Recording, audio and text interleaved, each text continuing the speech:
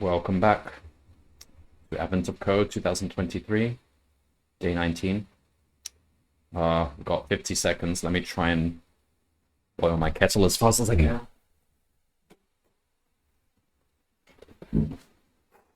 So, there'll be a bit of noise coming through from the kettle.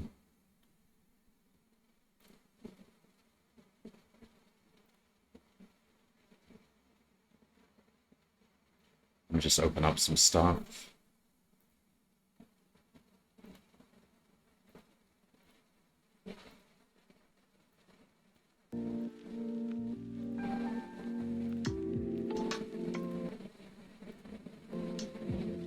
All right, ready to go.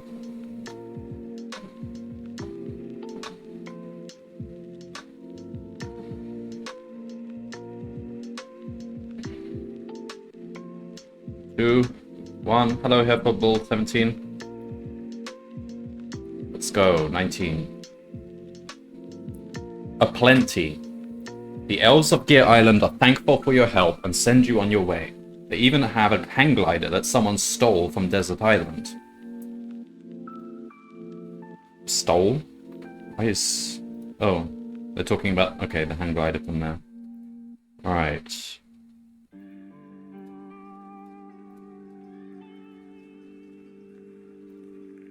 Okay, as you reach the bottom of the relentless avalanche of machine parts, you discover that they're already forming a formidable heap. Don't worry though, a group of elves is already here organizing the parts, and they have a system.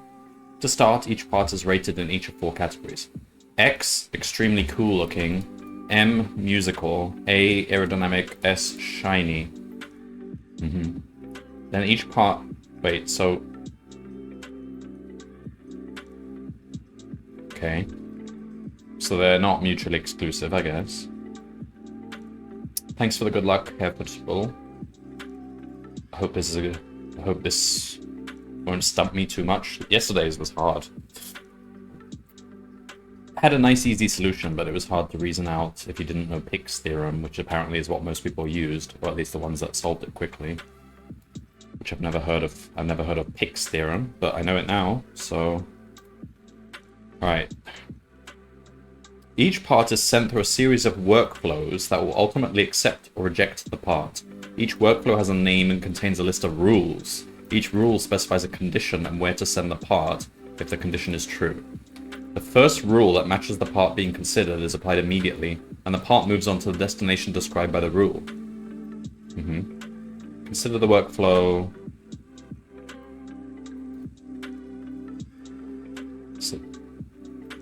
So that's X is the name of the workflow, and it has 4 rules.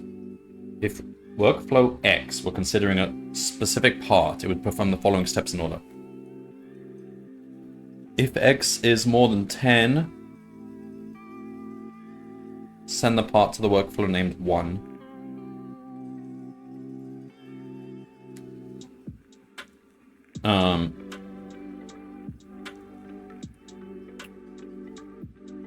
M less than 22. Okay, fine. A30R. Otherwise, if the part's A is more than 30, okay. Oh, R means rejected, A means accepted.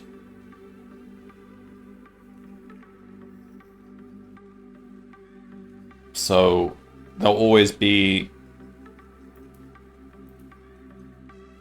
Oh, interesting. Is it always less than or greater than? Oh no, there's...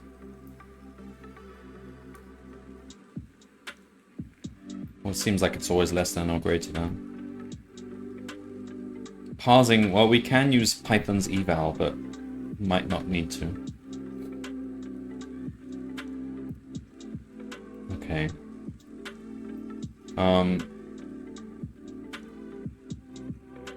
If a part is sent to another workflow, it immediately switches to the start of that workflow instead and never returns. If a part is accepted, sent to A, or rejected, sent to R, the part immediately stops any further processing. The system works, but it's not keeping up with the torrent of weird metal shapes. The elves ask if you can help sort a few parts and give you the list of workflows and some part ratings. For example. Alright. Oh, I see. These are the ratings, okay. The workflows are listed first, followed by a blank line. Then the ratings of the parts the elves would like you to sort. All parts begin in the workflow named in.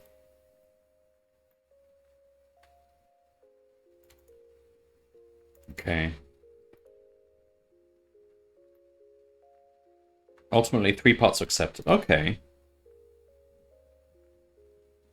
So we want to list... We want to just keep track of which ones are accepted. Okay, and that's an easy addition. Okay. Yeah, I think just follow these steps. It's not gonna...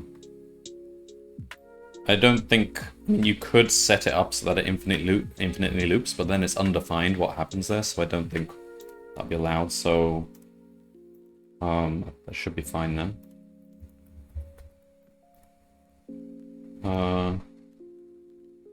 Yep. I think we need to be careful with the coding, but I don't think it's actually hard. And it's not exactly easy to make mathematical errors, because it's mostly a flow of logic, so... You know, we either get it very correct or very wrong. We'll know.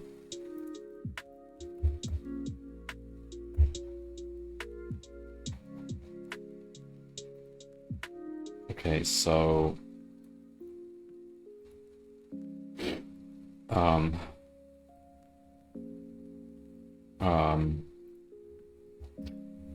Alright, so parsing is a bit of work, yeah. So first we want to parse all the rules and put them into a set of hash tables. So I would say, yeah, it's going to be a hash table which maps the name of the workflow to a list of just rules as strings, I guess. Just leave them as strings, we can process them later. And then the ratings, we can we could eval it. No, we don't need to eval. We can parse it. Eval's like, if you can get around using eval reasonably quickly, then you probably should. All right, so these ratings don't have names, so it's just like we could just put tuples or dictionaries, I suppose. I don't know. All right. So how do we get started? So let's say we start off mode equals workflows and just switch mode when we see a blank line. So if not line.strip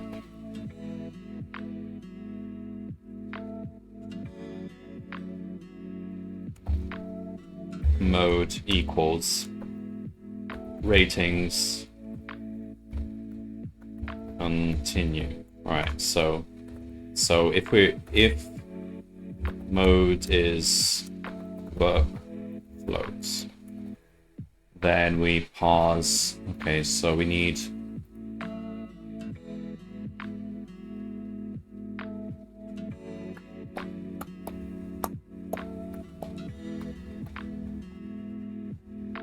to basically split it on this open bracket to start with. Alright, let me get my copy as well.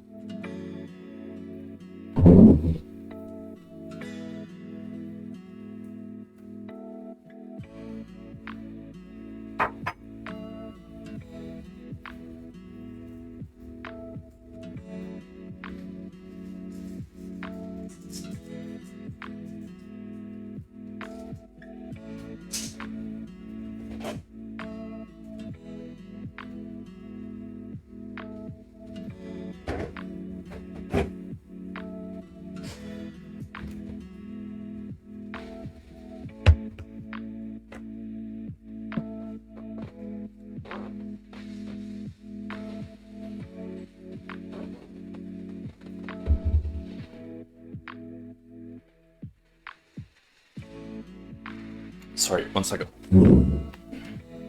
Okay. Alright, let's get started. So, the rules. So we need a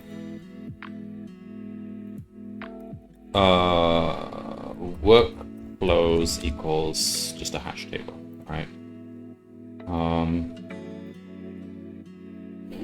If mode equals workflows, so let's say left, right equals line dot strip dot split on the curly bracket, right? So the left is just going to be the workflow name. The right, ignoring the last character, is the list of strings, comma separated. So it's going to be workflows left equals. So it's going to be right, ignoring the last character, dot split. On here. On the comma? Is that it? We need to make it a list. Well, that will be a list, won't it?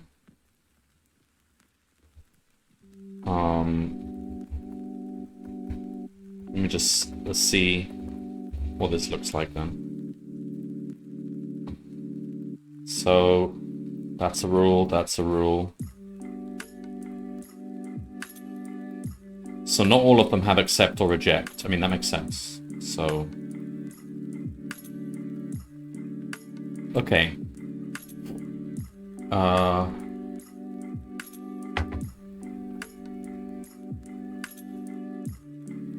Do we need a workflow for A, capital A, and capital R for the accept and reject? I guess so. I mean...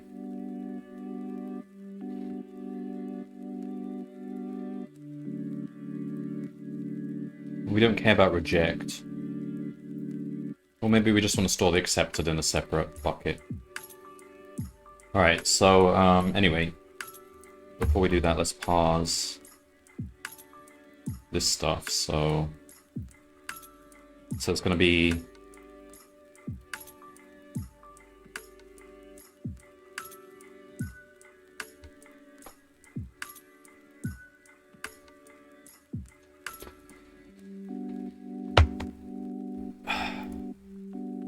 so... okay, rating table equals, just make an empty hash map. So... let's say for kv in key value pair in it's going to be line.strip.split. No, hang on. Line.strip. Let's get rid of the curly brackets. Dot split on the comma.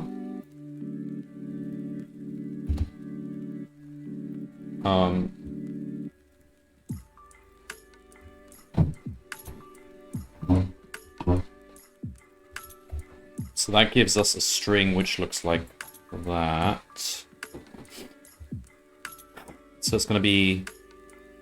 it's single character, so it's going to be rating table for kv0 equals, and it's going to be an int, so int of kv2 onwards? Yeah.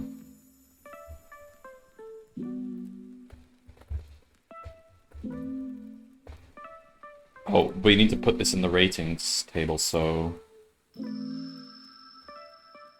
ratings is not...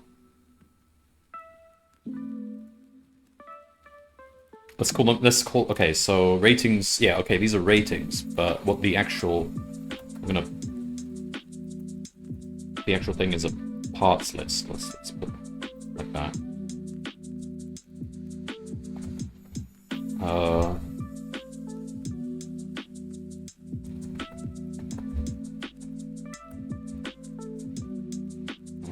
Okay, let's have a look then. Looks good. Okay. All right, so I would say let's wrap this up, make a nice method, or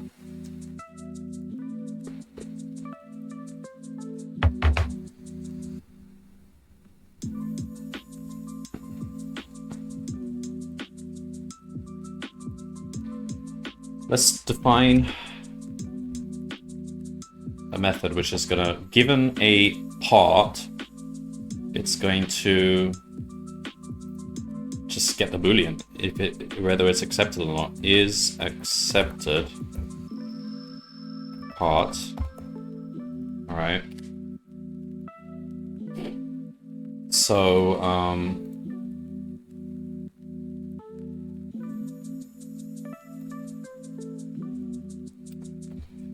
but we also want another routine,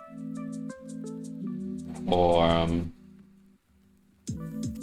define get workflow for given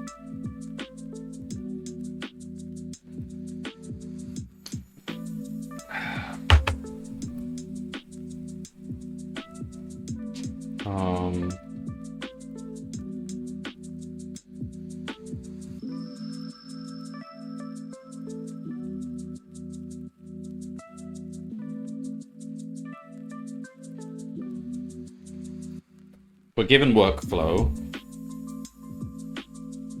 a name, and a given rule. No. Just a given part. For a given workflow and a given part, we want to get the resultant workflow. And that could be A or R as well. Alright. Well, let's start with this bit. So, for rule in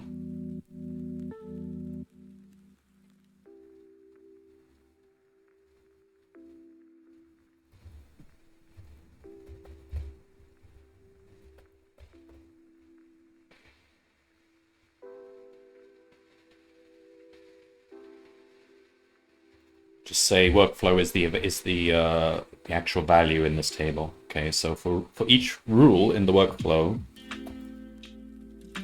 we want to check the rule against this part. So we need to okay, so what are the cases? If it's just a string,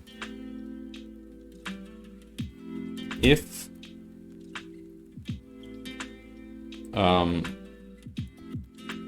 not in rule, that means it just maps to that workflow. So we want to return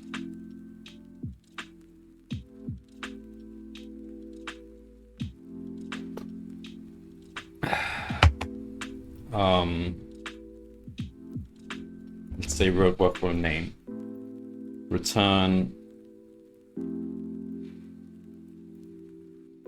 All right, we'll just refer to workflows by their strings. Okay, so do this.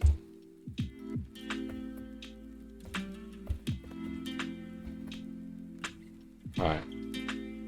If there's colon, if not colon, if there's no colon in the rule, then we return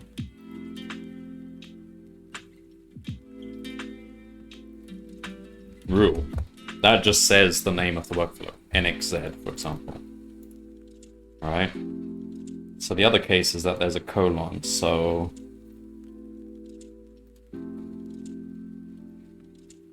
condition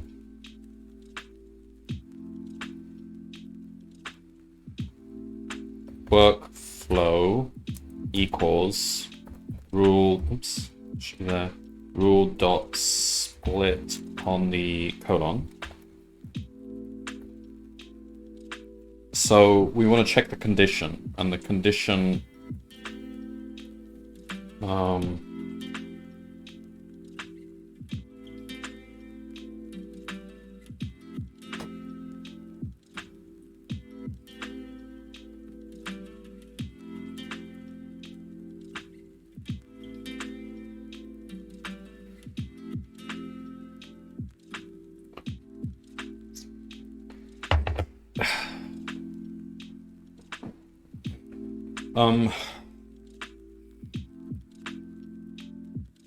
Okay, so variable is going to be condition. It's always going to be a single character, isn't it? So condition 0. Value equals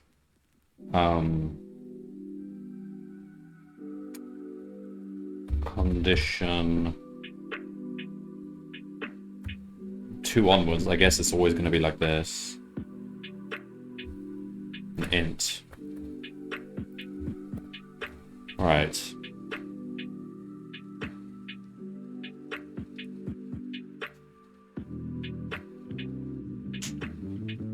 Is satisfied equals, so it's going to be, if it's less than, so it's going to be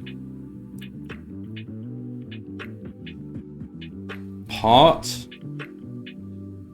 so the parts rating for that variable, we want that to be less than the value if the actual symbol is that, else it's going to be the other way around. So we want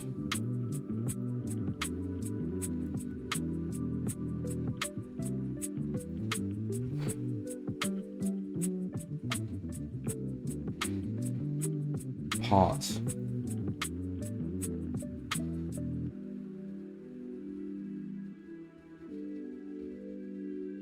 What do you mean unresolved reference? It's there. Okay, it doesn't like this. Oh, because of the bracket?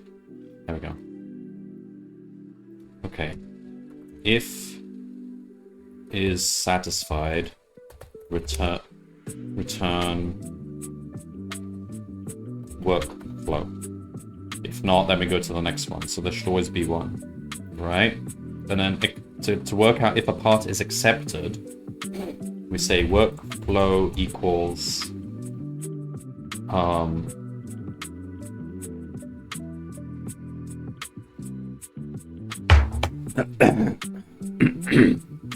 workflow equals in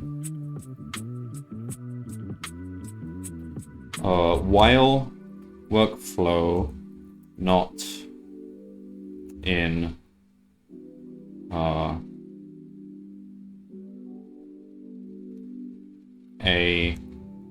AR,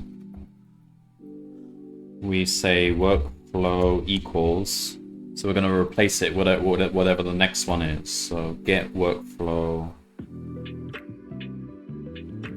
So for that workflow and our part, get the next workflow. So eventually we'll get A or R. Return workflow is A. It's accepted if it's A, rejected if it's R. So finally, so total 1 equals 0. So for part in parts, if is accepted. So what do we want? We literally just add the sum of part dot, the sum of values, the sum of ratings.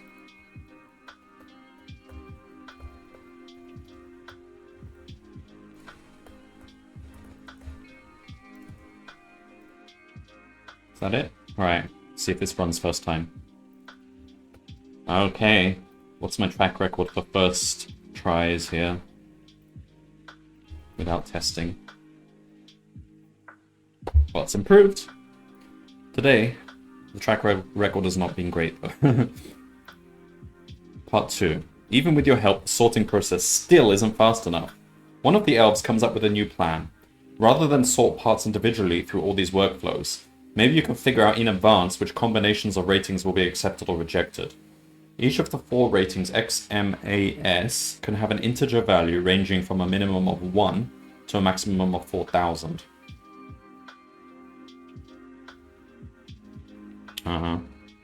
Of all possible distinct combinations of ratings, your job is to figure out which ones will be accepted. Oh, okay. In the above example, there are that many distinct combinations.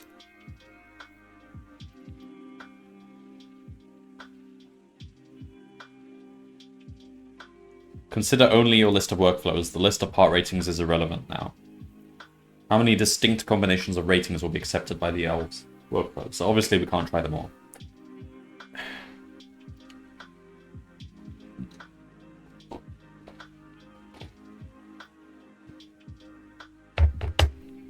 What we can do, though, we don't have to try 4,000.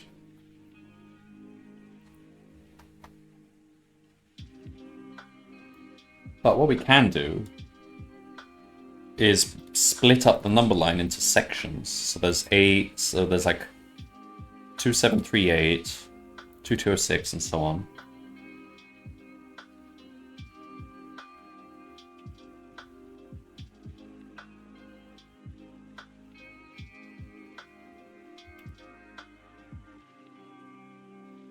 And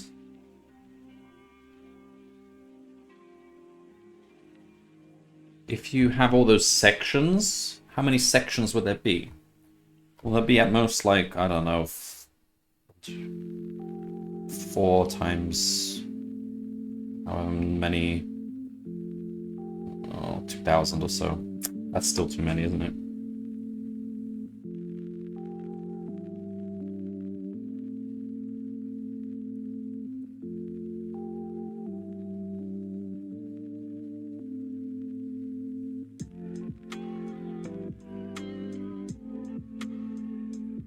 But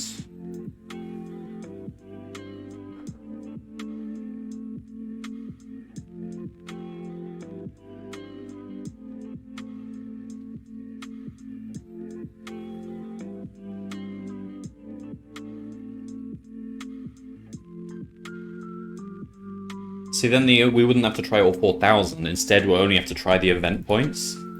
So, for example, 2737.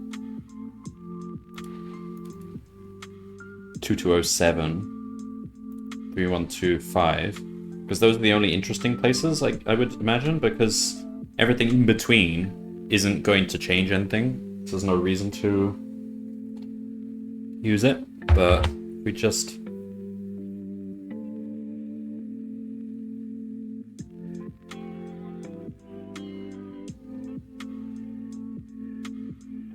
have I thought this out correctly? That's still too many, though. That's like... It's more than 1,000, so... Wait, how much is it?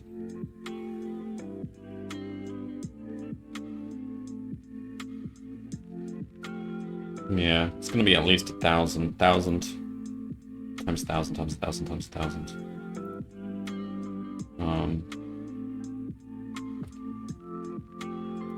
Okay, so...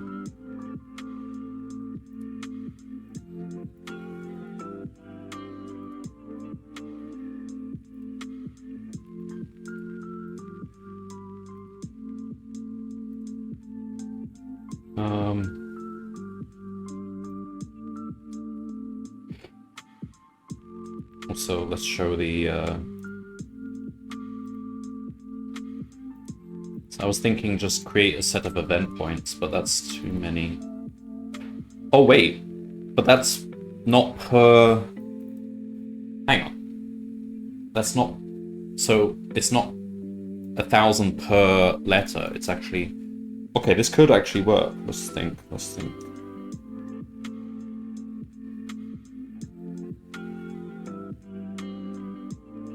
So for each of these conditions, I add, like, for example, 2206 and 2207 as event points. So one is where it's kind of lower, and one is where it's higher. So that makes one makes it true and one makes it false. Hello, DIJ.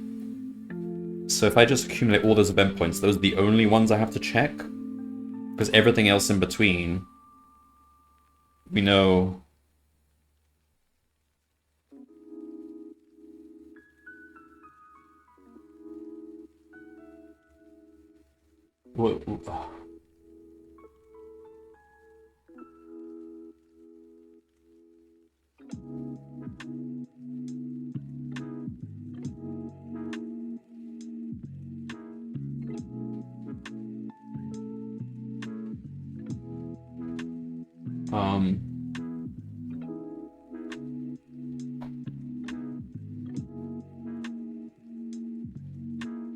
This could work, but it's not going to take long to code, so I could try this approach, but it does still seem a bit too much.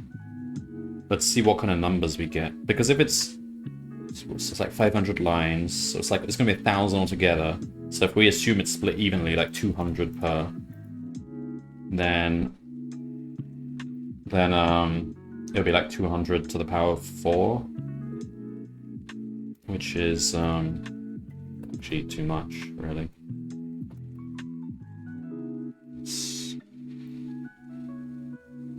It's like 1.6 billion, but it might not be that much even.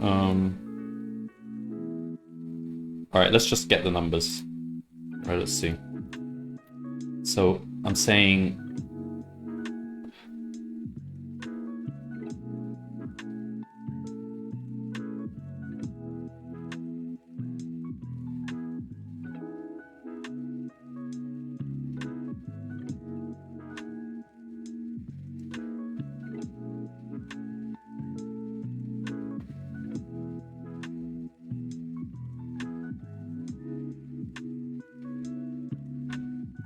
I'm creating intervals.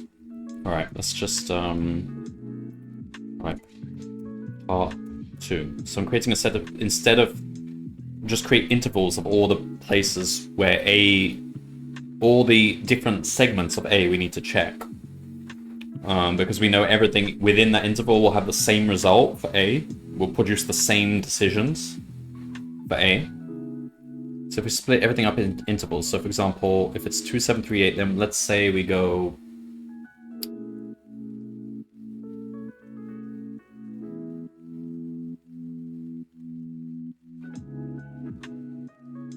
Hang on, I'm still a bit...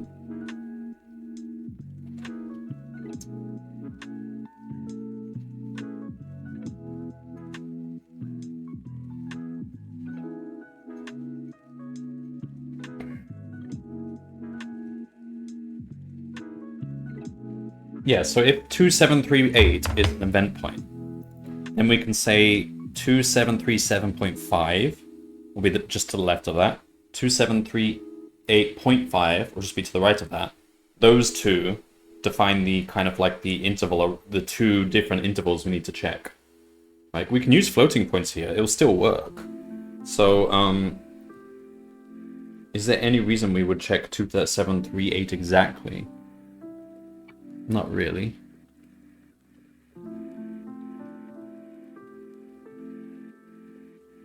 So let's try that. So let's just accumulate event points. So I'm saying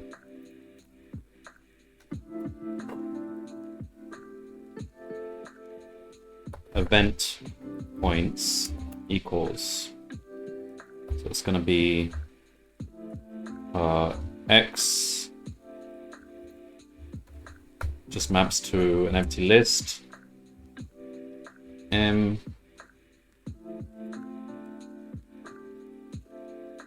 or should we map it to a set because we might get duplicates, m, and then we'll sort this out. A, let's just get rid of any duplicates as well, that will cut down the work. S. Alright, so for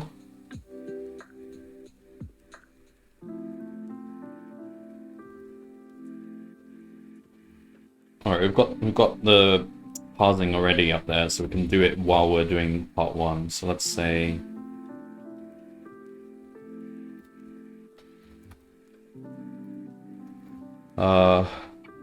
whenever we check the condition, the value and the var, we put that value into the event points because that's an interesting point, right? So event points var dot add value. Okay. For key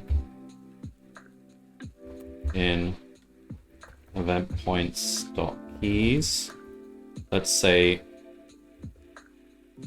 event points key. Now let's replace it with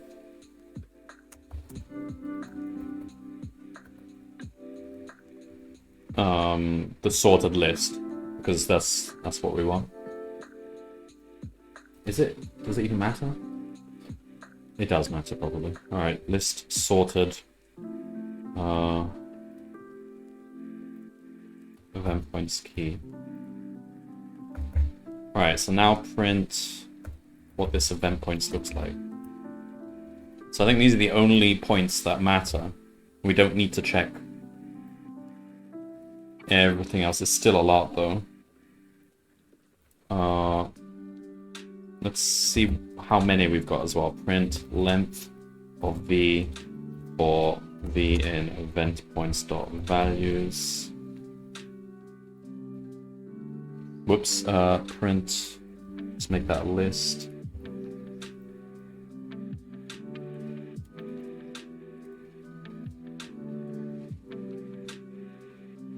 Oh, is that it? I thought it would be like in the hundreds. Well, that we can do that. Okay. Okay.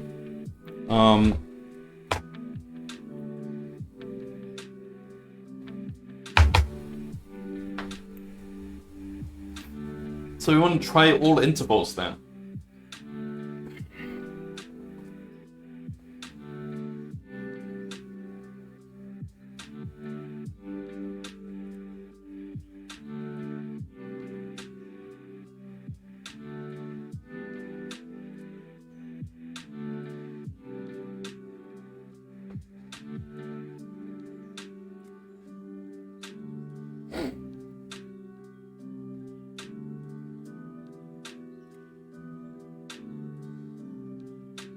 You know what?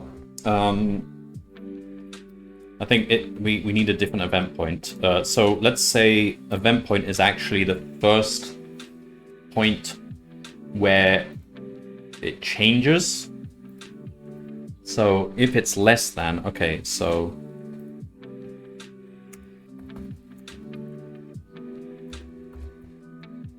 sort event points. First val where condition changes. Alright, so if it's less than, it's going to be the value itself. Value if condition is that, else if it's greater than, it's going to be the value plus 1. Okay. So I'm saying this point is where it changes. So an interval will be the last point up to and including this point minus 1. Everything in that interval, inclusive, should have the same condition everywhere for A, let's say. If we're looking at A specifically, for each of A's event points, okay, X, because it's visible here, I'm saying, okay, these are its event points. I'm saying if I were to set X anywhere from 534 to 543 minus 1, i.e. 542, I'm saying X will have the same value for all of those. Okay.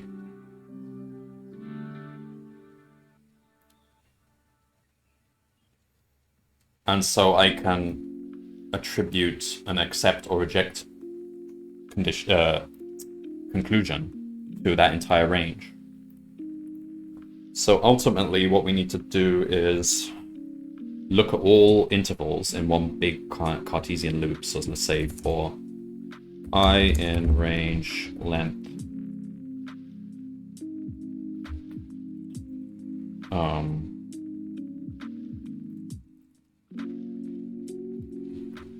event points x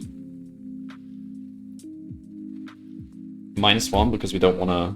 So we want to always go from the.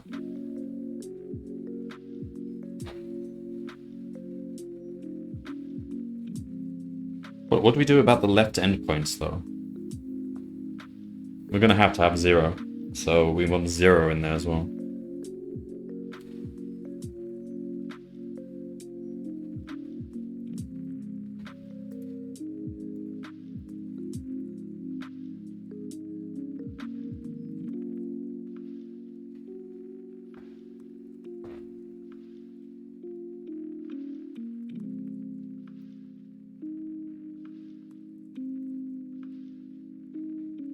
So it never really goes as high as 4,000, but it does go high, so we need to have 4,000. Okay, so we're just gonna have to put 0 in.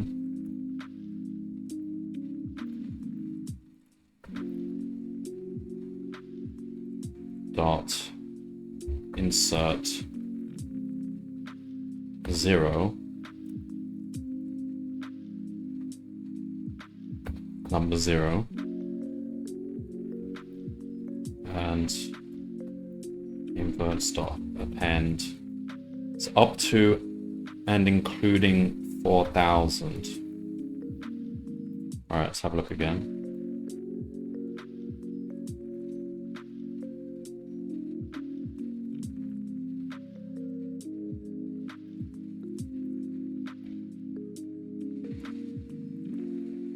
Okay, that's what we're working with. From 0 up to that, and so on. All right.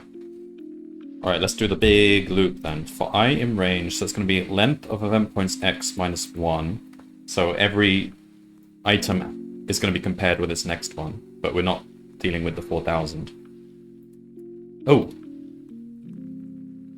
Then we need to put 4,001, don't we?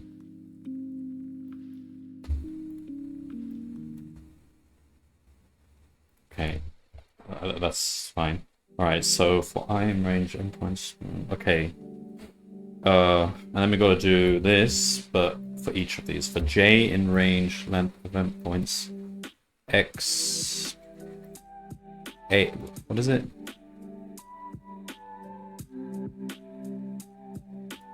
What were the letters again? X, M-A-S, okay. So this one is X, M, and then we've got A, J, let's say K, A,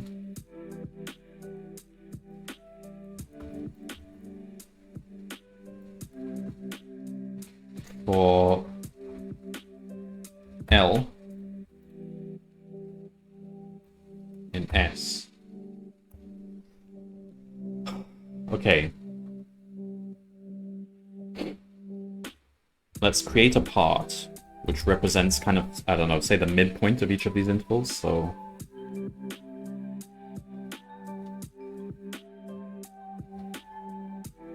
part equals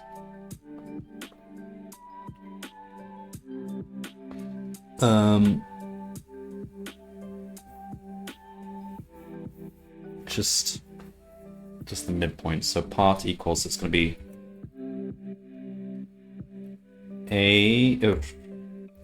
X maps to, so it's going to be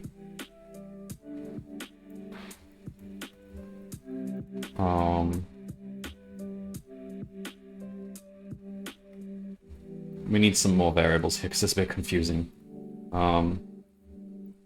So here we've got x1, x2 equals, it's going to be I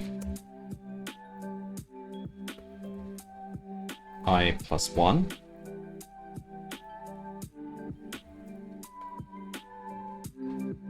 So we'll do this for each of them. M1, M2 equals M. Make sure we got the right letters here. So here we've got A1, A2, we've got A, K, K. Stop putting spaces, I don't want to space everything out. Alright. And then finally, this one is S, S, S, S.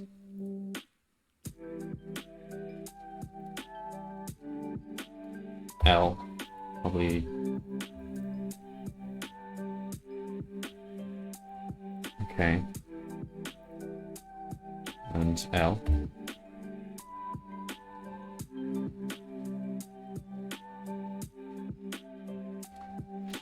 So keep putting extra spaces, just take those out. I, J, K, L, X, M, A, S, X, M, A, S, S, X, M, A, S. Xmas! X-M-A-S spells Xmas. I get it now. I-J-K-L X-M-A-S I-J-K-L. Making sure I've got all the indices correct here. This is a horrible loop, but let's just do it. Okay, so we've got all the intervals. I think we should really -1 from this because we don't want to go past it. We want to... It's not inclusive at the end. Doesn't include the endpoint. Alright. That is the interval.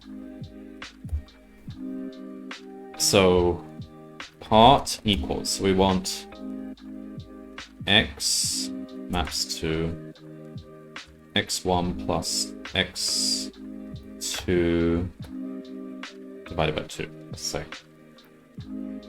Just take the midpoint, why not?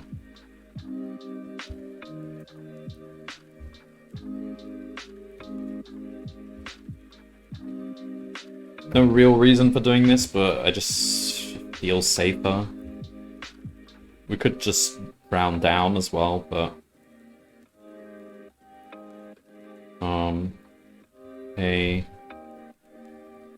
A1 plus A2 over 2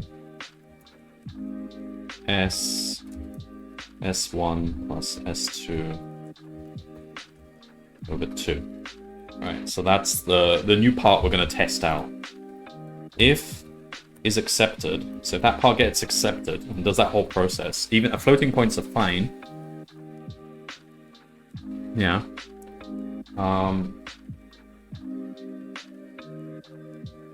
If it's accepted, then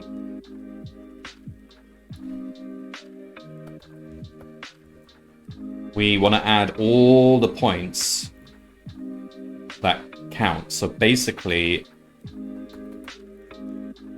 it's going to be the multiply these ranges all together. So it's going to be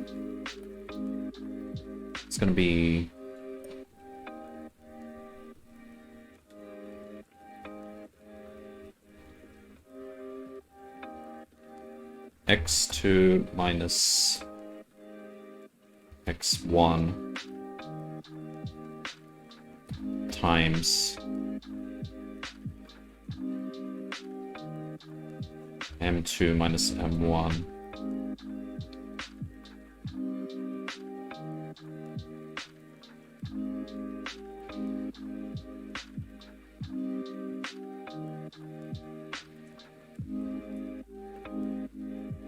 sorry, we need to add one. So just do this.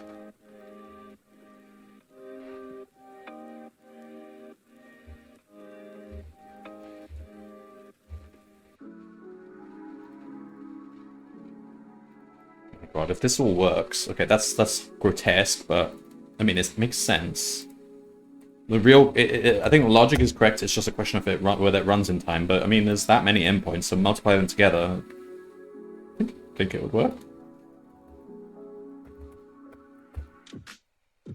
Try running that. Dot add. Oh, whoops. Okay.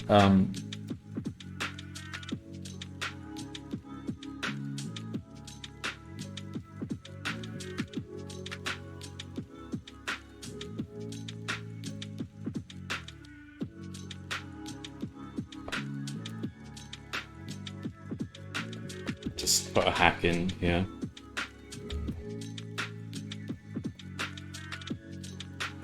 We don't want to run that next time. So the first time we do this, we say blah, blah, blah, blah, blah, equals true. No. Oh, damn it. This is ugly. Yeah, okay, we'll do it this way. I don't like doing this, but whatever. So we only do this.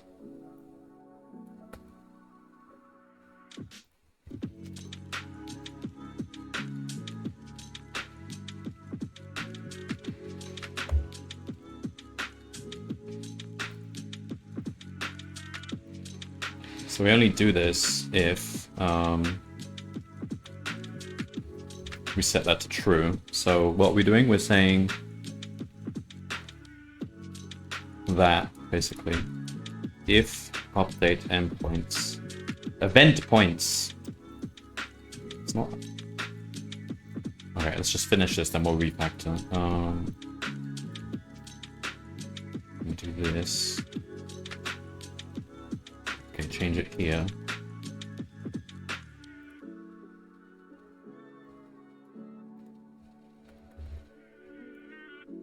Event points. This needs to be refactored.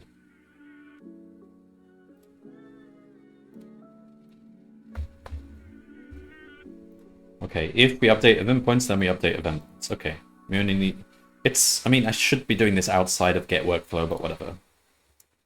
So the first time we do this, we do want to update event points, but then we don't do it again. Okay. And now it's doing this massive loop. So it's going to be 60 to the power of 4, which is 12 million. We can do that. What's 12 million iterations of the workflow? So,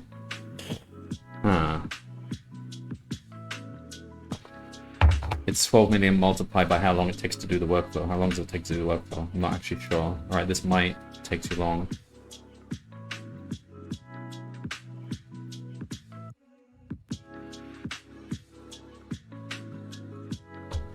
Let's print some kind of measure of progress here then.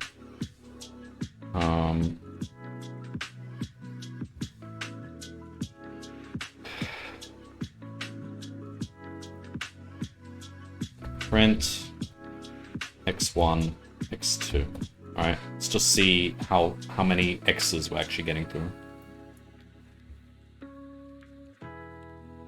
All right, we're going through them one by one, so that will happen. Let's wait for that to happen now. When we've done 60 of these, we're done, right? When it gets to 4,000, then we'll be done.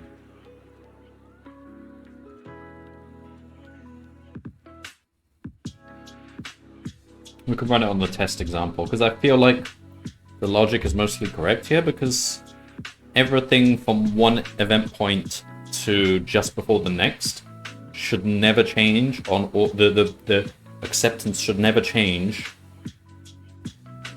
as long as X, M, A, and S are within those intervals. Like, you can move them left and right, perturb them, but the acceptance shouldn't change, right? Because you're not crossing an event point. It's only once you cross an event point that you see different numbers. So, bloody hell. Okay, let's try this then. I mean, the number looks plausible.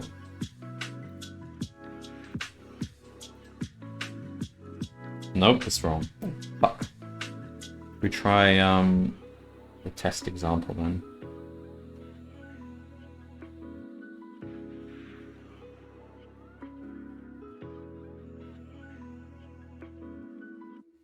Minimum of 1. Ah! We start at 1, not 0. So this is definitely wrong. Alright, let's try this. It might still be wrong, but we know that's a mistake. So it's got to be 1, not 0. So Yeah, these numbers are definitely wrong. Start again. Alright, stop printing so much stuff. Actually, I like printing the event points.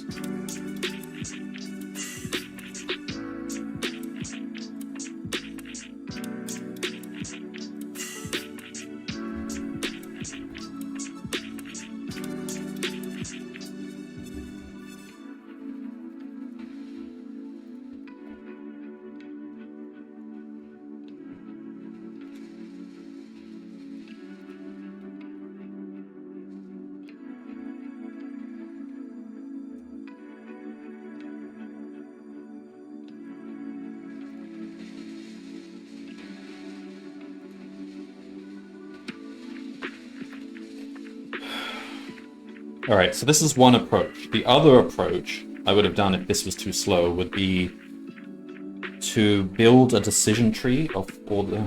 Alright, try this number then.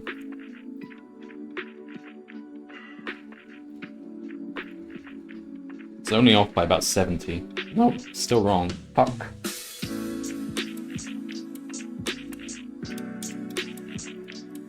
Let me have a look at my event points here. So it's always going to be 1...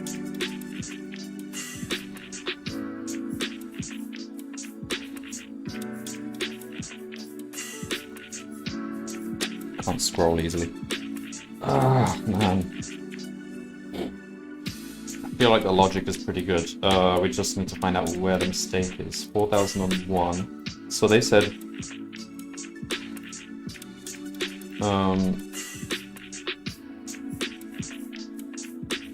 maximum of 4,000. So yeah, 4001 is where we want the open endpoint to be. Of all possible distinct combinations of ratings.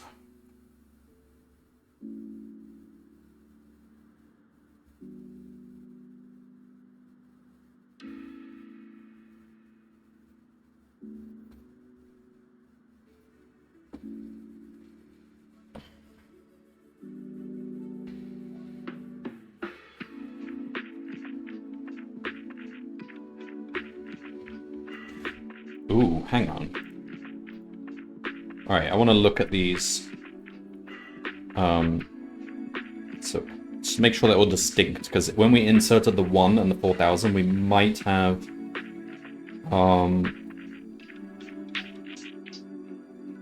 we might have created a duplicate, because that would create a wrong answer.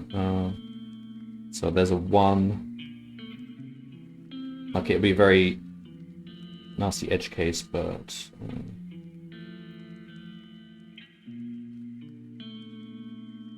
doesn't look like it. Nevertheless, I should write the code to check for that.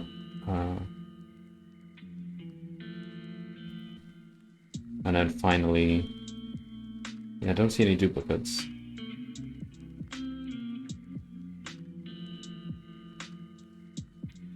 Okay. But nevertheless, let's write it correctly. So we say event... okay, so we do this. We do... event key dot add 1.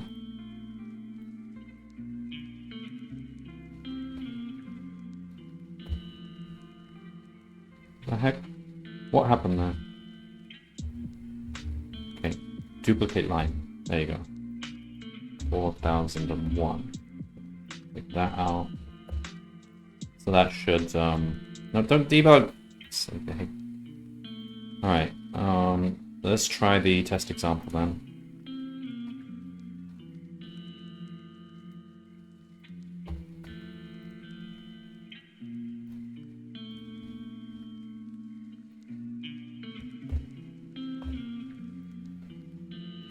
So this should be quicker because the workflows are shorter. 1674 and it ends in 3 zeros. Oh my god, is correct. For the test example, 1674090798868. It's correct. Fuck. Then what do we do?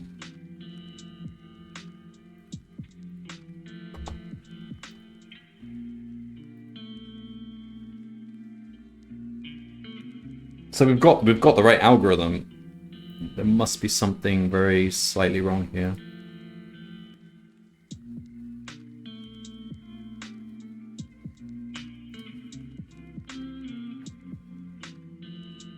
Like, okay, this is a horrible loop, but we've got to check all the indices. So let's check all the indices. So it's I, x. I goes with x, so it's going to be x1, x2, I plus 1, minus 1. So it's from x1 up to and including x2. Okay. So the midpoint, okay, so move on to the next one. J, M, minus 1, M1, M2, M, J, J plus 1, minus 1.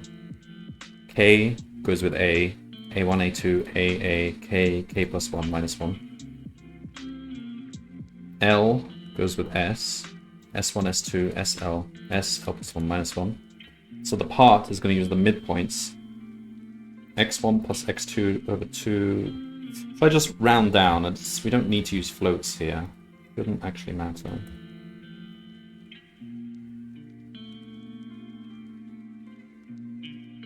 So x1 plus x2, m1 plus m2, a1 plus a2, s1 plus s2. And then the total you add x2 minus x1 plus 1.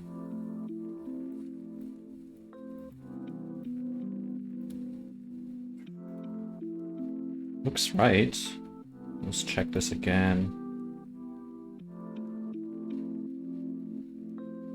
Damn it. 1, 4,000.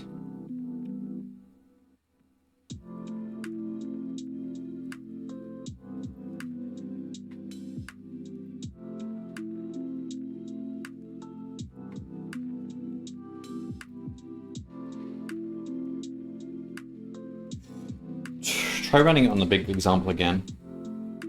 Maybe, I don't know, something went wrong in my execution, but I didn't change much since.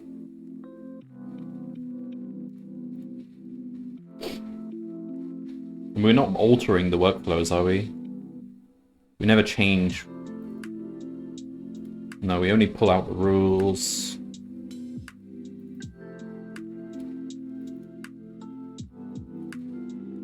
We always start from in.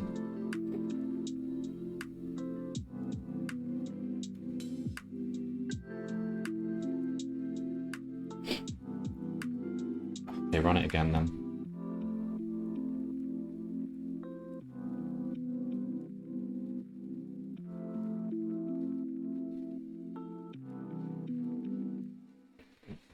Alright, stop printing this one. We don't need to see that.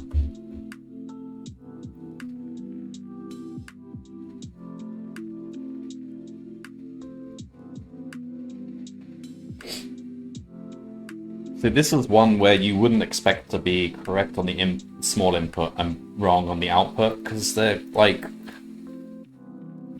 it just shouldn't happen. Unless...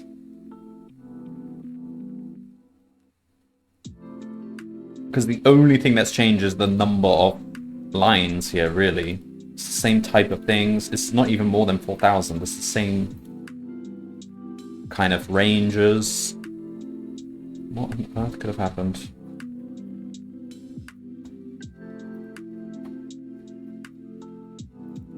659. So what did I try before?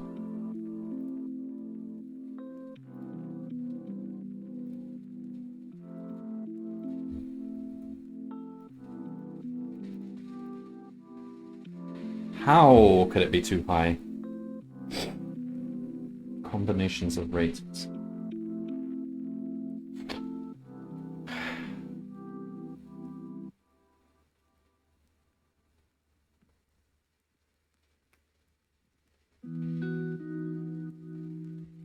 Are we still getting 367602?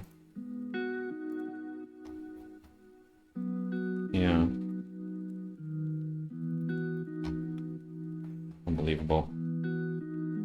What could possibly be different?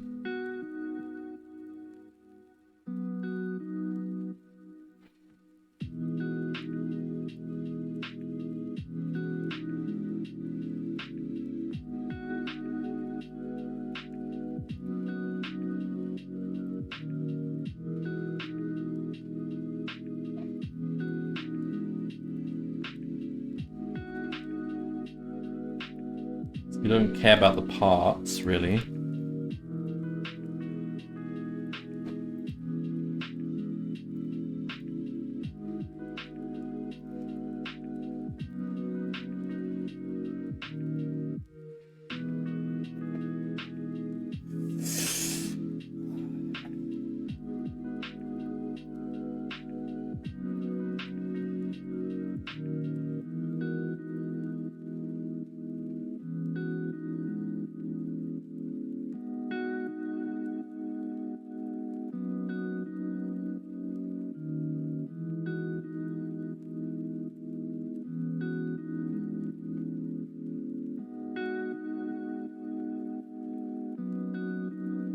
What?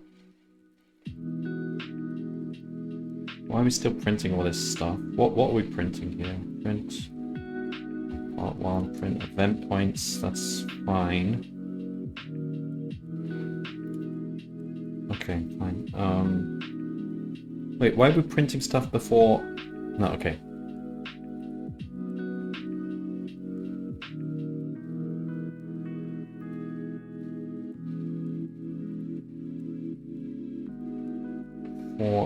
One.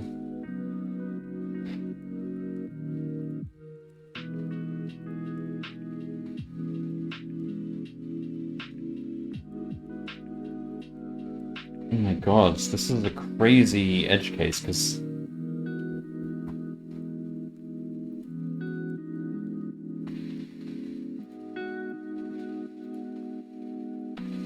we're too high. So we're adding in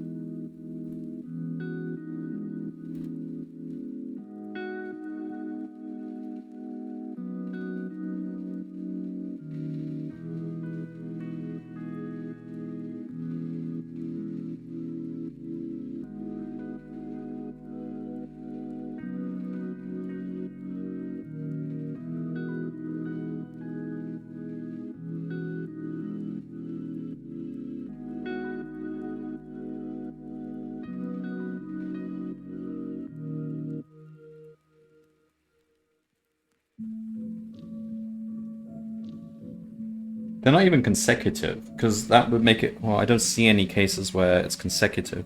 Because that could be an edge case, but I mean, I'm still handling the ranges correctly, I think, but... But no, they always seem to be spread out.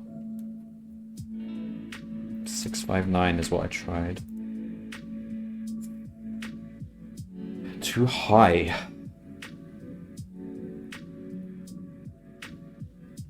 Combinations of ratings.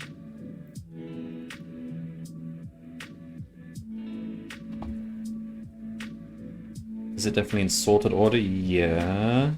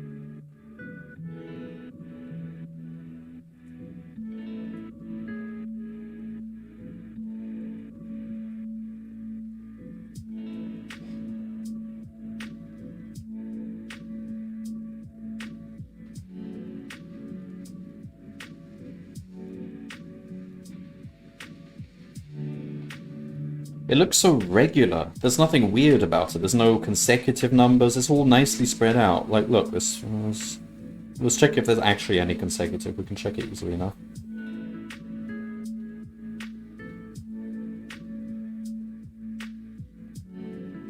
Okay, there's 1249 and 1250. What happens then? We do... So the endpoints will be 1249 and 1249. Okay.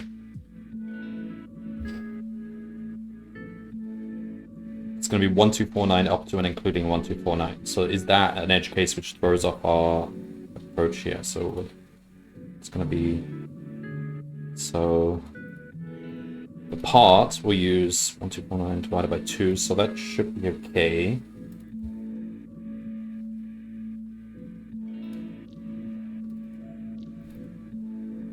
Should still run the workflow. Okay, the calculation will be 1249 minus 1249, which is 0, plus 1, which is 1. So it'll be 1 times the number for the others. Fine, isn't it?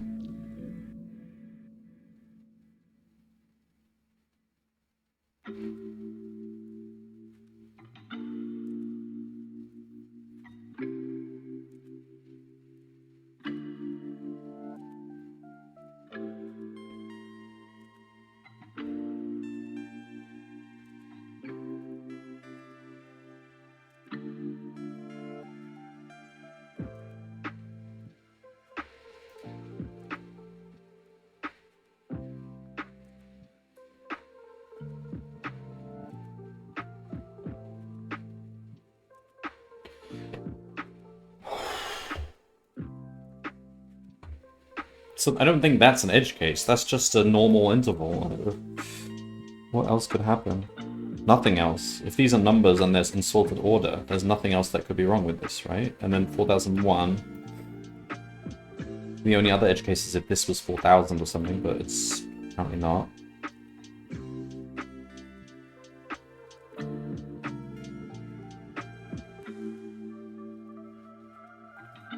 And they could have been sneaky and thrown in some rules which have numbers larger than 4000, but they didn't.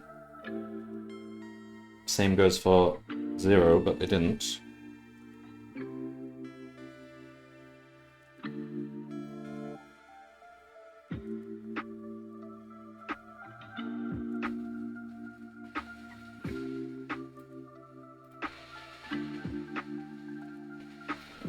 Let's have a think. Oh my god. It's quite hot as well.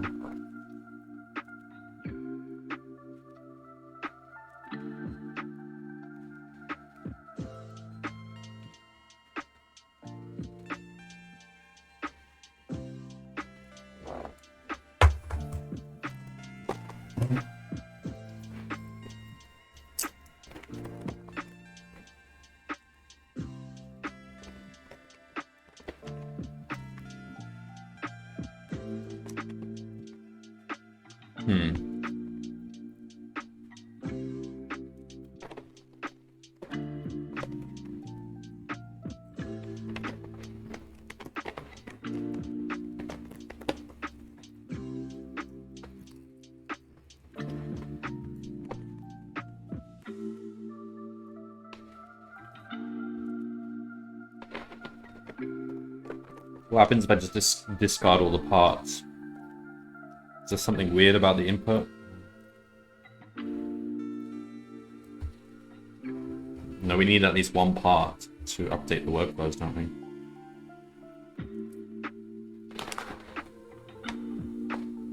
Oh!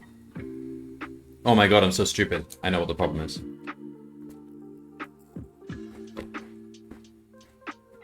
I know what the problem is.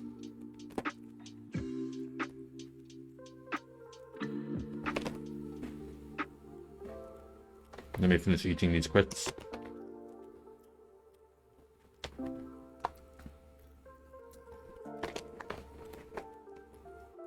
Right. See, I cut a corner earlier.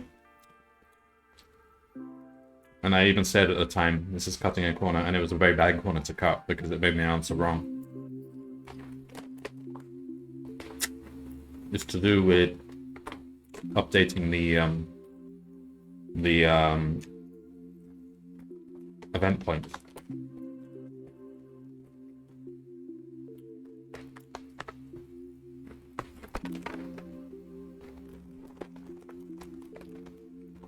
Oh my god.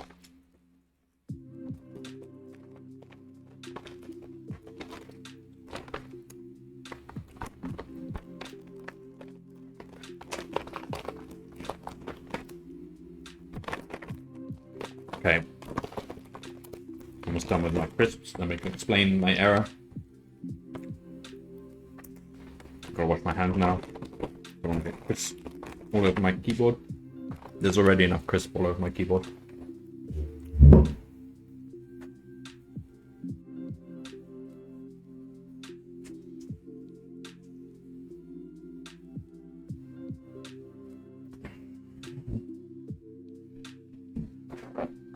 Okay, so the problem is I create this set of event points for all the rules in the midst of this execution of is accepted, which goes through the workflows. The problem is this only runs on all the rules that get realized for the parts that were given. There may be rules in this list of rules that were never actually hit. In fact, an easy way to see this is by removing most of the parts. We're not going to get many event points if we do this. But the point is, it should be independent of the parts because the parts are not even relevant. Alright, so if I take all these out, I've got one part, so only run the workflow one time. And now there's only that many event points. The event points is dependent on how many parts you run. It should have nothing to do with parts, right? So event points should actually go through every rule. So let's see. We should probably do that here, right? So the moment we see the rule, that's when we update the event point. Not during parts. That was a bad error. That was a very bad error. Should not have. I tried to piggyback off the work for the get workflow. But yeah, you don't want to do that. You're cutting. You're not covering all. All right. So we want event points there. So when we see the rule for the first time,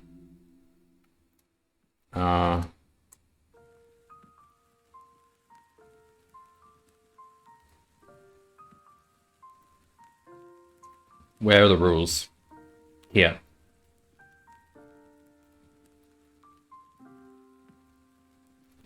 Okay, for rule in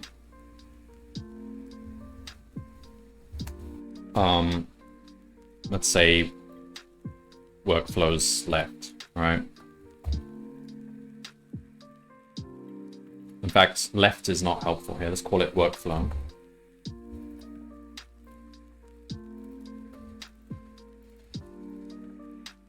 So we're looking through the rules.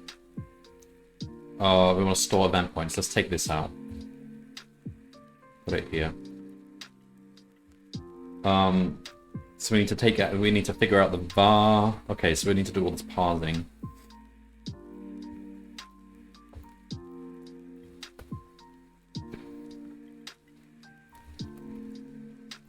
Condition, okay, condition work. Okay, we don't care about the workflow because we're not using that bit here. Var is the letter on the left. We're checking var against workflow.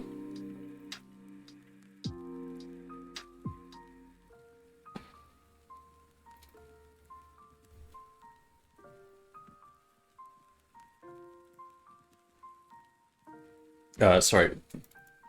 Yeah, so var is the condition, the variable name. Value is the number, and if, okay, we do this, so we put the endpoint in there. Every endpoint should be covered now for every rule, because we've inserted this rule. Yeah, okay. There we go. So all the event points should be in there. Now get rid of this. Get rid of that. My God, I feel stupid for that. That was a bad practice. Update endpoints should be independent. Like there's the principle of separation of concerns, right? is accepted and get workflow have no interest in updating event points, you shouldn't try to do that during them. They should address one piece of business logic, and that is getting the workflow working out if it's accepted. Don't try to do two things at once. And if you absolutely have to, then the method should really say get workflow and update endpoints or something like that. But even then, like, get workflow can't update the endpoints because it doesn't cover all rules.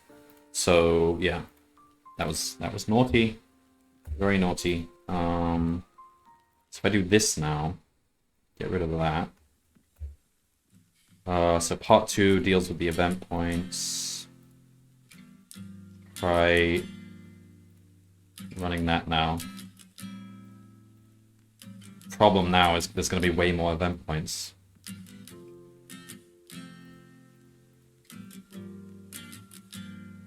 Expected 2, got 1. Nah.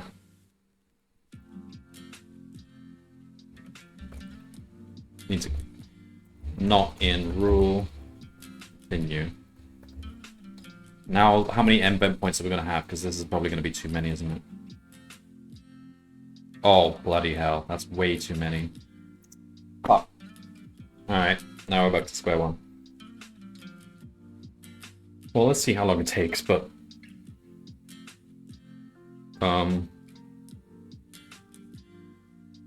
before I do anything, let's check that this actually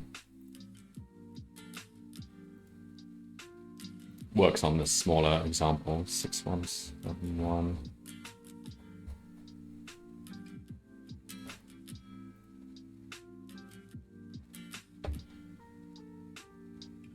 Right, put the smaller example in.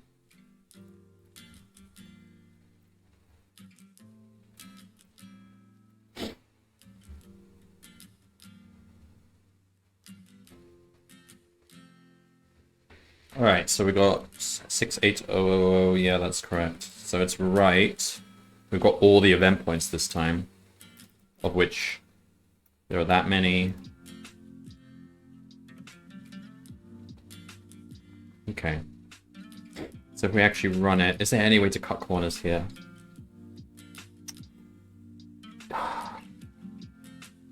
Caching?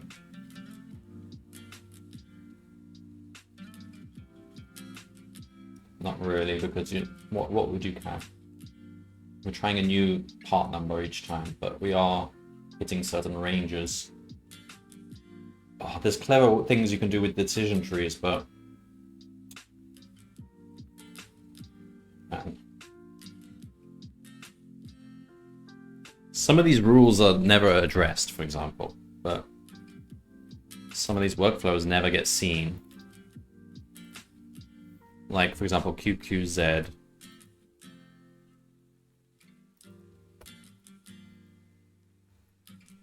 Some of these, I bet, don't ever get addressed. Let's have a look. Or maybe they do. Oh, no, this is the small input. Let's try the big one. Copy and paste the big one in.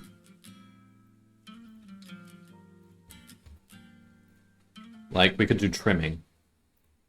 Trim out the branches which never get realized. Because probably some workflows are useless. Like, let's see. That's realized. TKR. That's realized. Okay, maybe they do actually get realized. Okay. KKK. That's a nice one. GPR.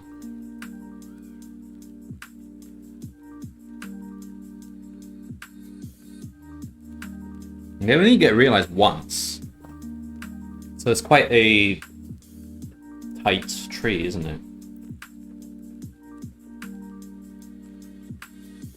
It's like... what...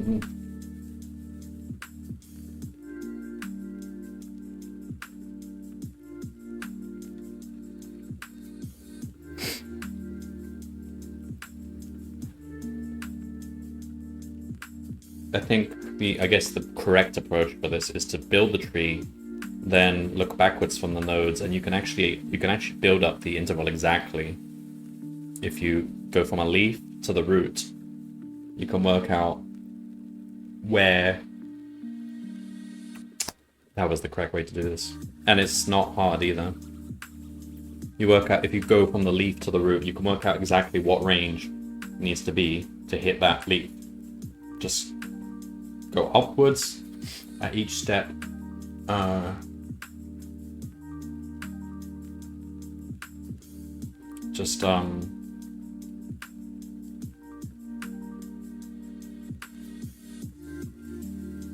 Alright, let's just run this one more time. I want to see what kind of time scale we're looking at here, because it might work. So this is the first 200.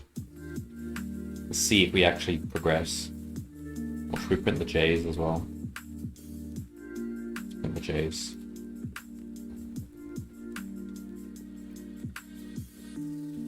Just print the ends.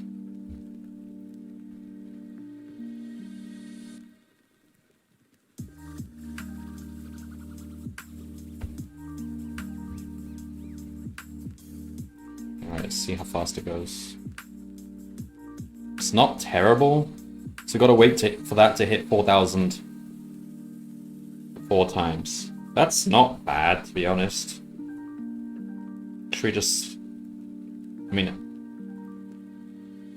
It should be the right answer when we do this. It's just a long time. And then just call it a day. So, okay, so I think the correct approach to this... I mean, if this works, arguably this is a fine approach and it may be easier to code. Okay, but I think a more textbooky approach would be to build a tree. The root is in, and you basically build a tree of nodes where each node is a workflow, and you map each workflow to the resultant workflows you can arrive at. Okay, so you build the full tree, and you got all the A's and R's and everything in there. It's a directed acyclic graph, and it doesn't even have much breadth because breadth is low, and each workflow has a unique parent, as far as I can tell, which just makes things easier.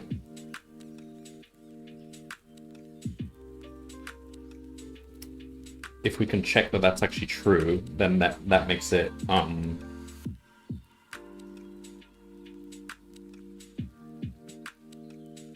much easier.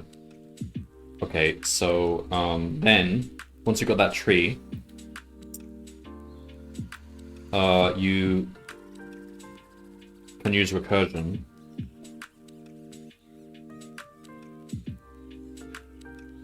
for each node. If you want to work out what ranges you need to be in for that node to be addressed, so for that node for parts to ever reach that node, that workflow, doesn't matter what the result of that workflow the rules will be, but to actually reach that workflow, you need to go to the parent. So you look at the edge that goes from the parent to this node, and you say, okay, we have to be in that range. Say S, let's say S needs to be less than 3691 to reach QR, right? So let's say QR is the workflow we're trying to get to. We're saying, okay, S has to be in that. So S has to be in the interval 1 to 3690, right? And then we have to go up from SK, we have to go up to the next workflow, and we see what that needs. So let's look at SK. Oh, there's 4. Oh crap, so this actually branches out. Or you can still do it, it's just it's a bit more work.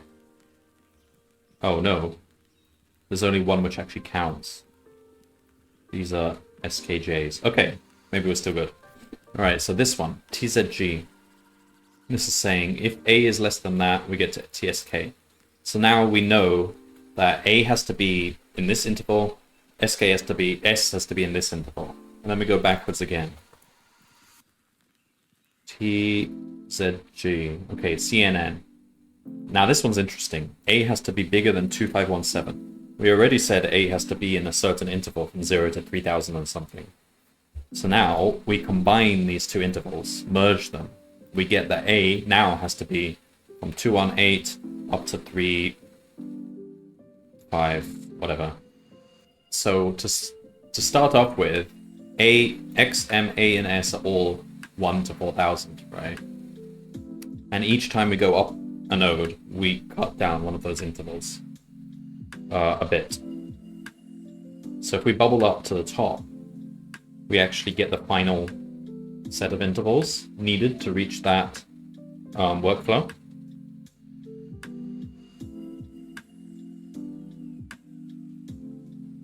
And it might branch, in which case we have to go try each.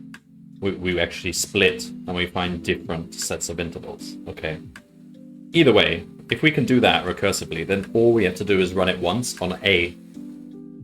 A goes to every parent. It addresses all the possible interval splits. And that's really the textbook way of doing it. It should be fast because every edge is only considered once in this tree. So it's linear time. You just have to bubble up from A to the top. Yeah. And that's what you do, really.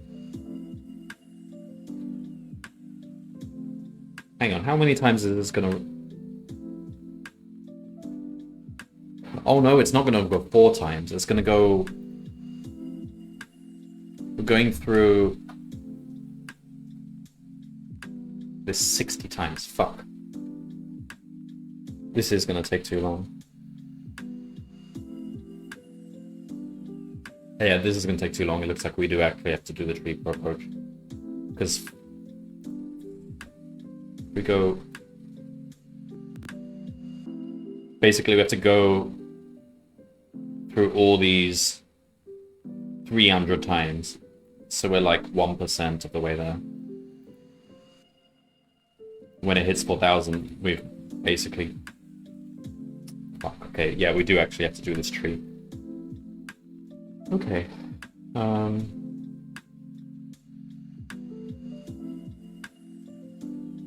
mean, this is the better approach, isn't it? So we should do it.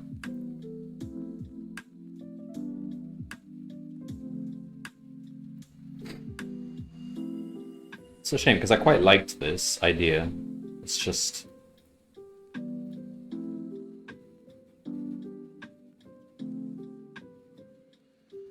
too many event points.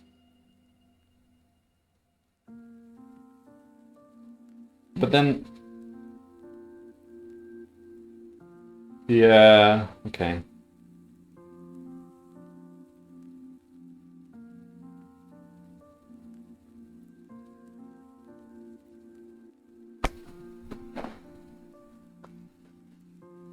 Alright, let's start building a tree. Shall I leave it running in the background? Because if it takes us so long to build a tree, we could actually finish this. Like, each time it gets to 4000, we're doing one of these 300, so... right now, we're like... we've probably done like 10, so... we're like 3% of the way there or something? No, more like... yeah, something like 3%. Alright.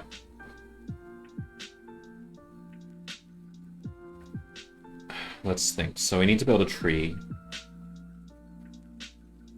A node. Alright, let's start some new language here. So we've got a node.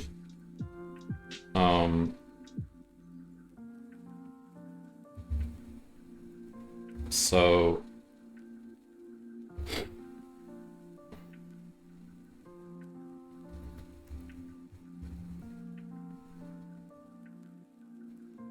do you want to make it static class? Does that make sense for trees as well? Let's try.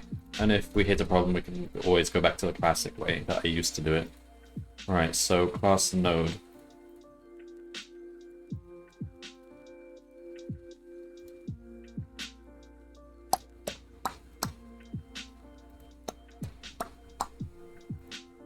Alright, so...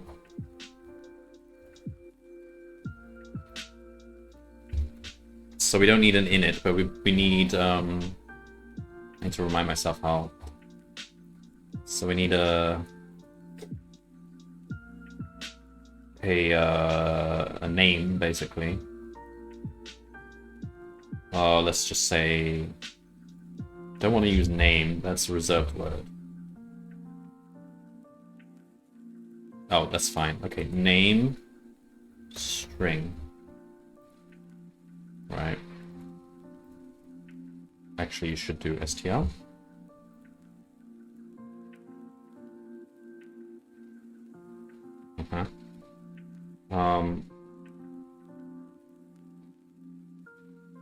Childs. It's going to be a list of node. Are you not allowed to do recursive?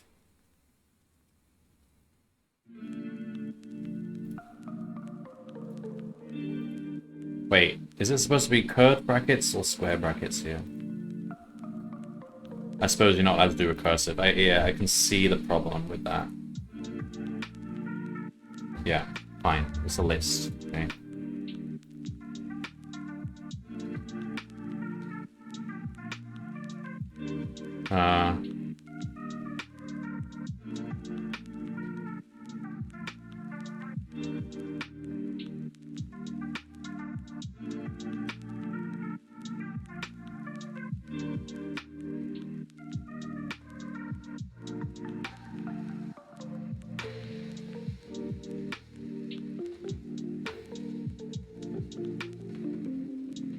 What is it exactly? It's a condition of...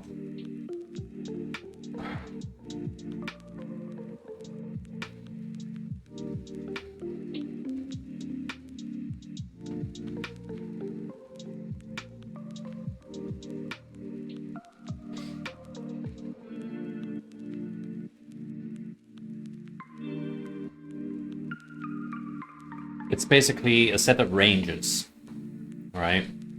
If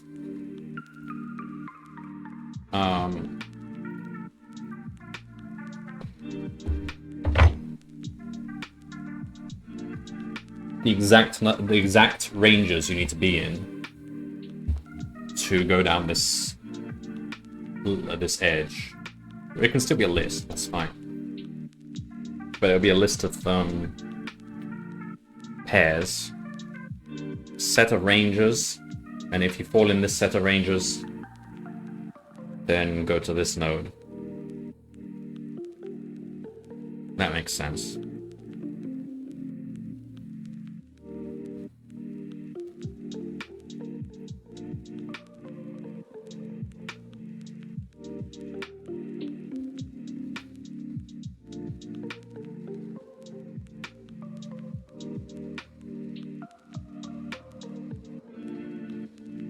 For now, it'll just be the pair which maps, which puts the rule and the node you go to if that rule is satisfied.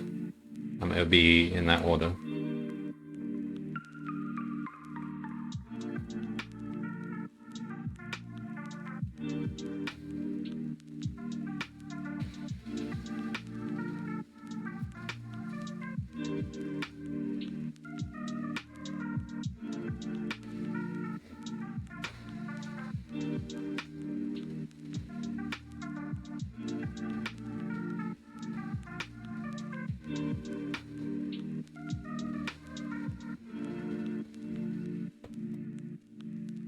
Parent.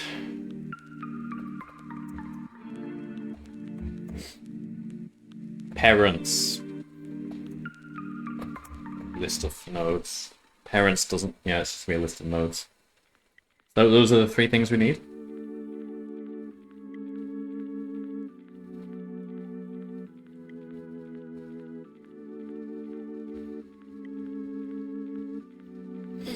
This is tricky to think about. Alright. I mean, I'm glad we have a tree problem. This is good stuff. Parents. By the time I do this, I'm gonna get the answer, aren't I? probably like 10% of the way there now.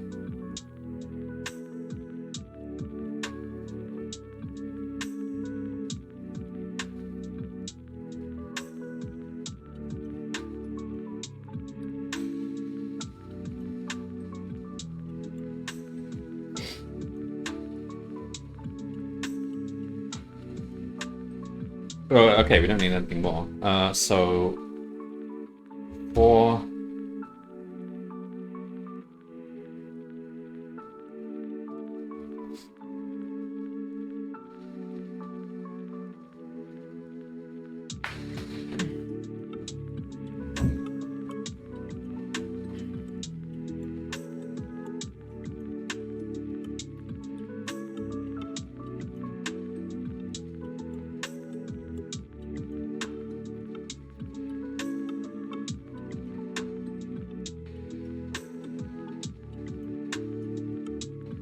Alright, this has got to come. We're gonna populate this these trees like when we parse it. I guess it makes sense.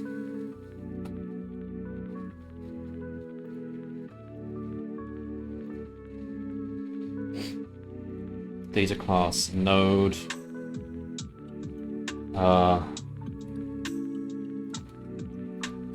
Let's say workflow nodes equals, just say as a list for now.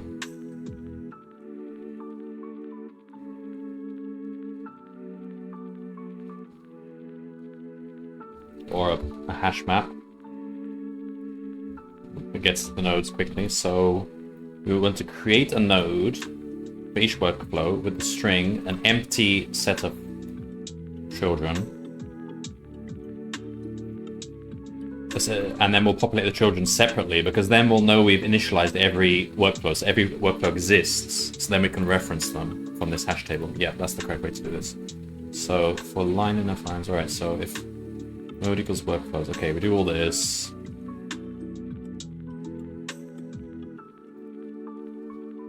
Okay, separate logic here. Let's say node equals, so it's going to be node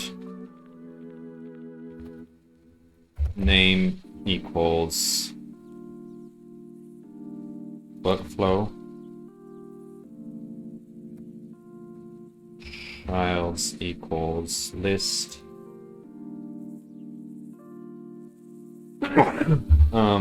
parents equals list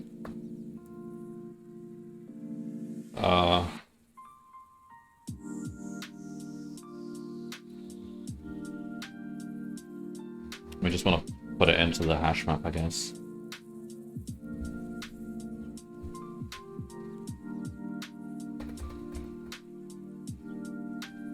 Just that one line.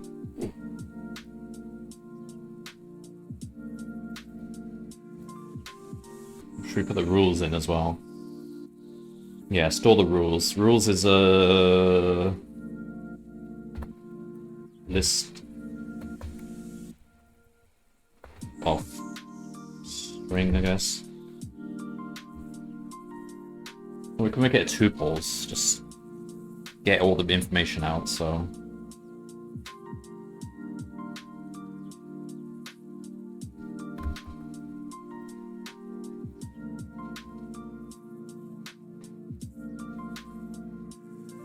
Is that allowed?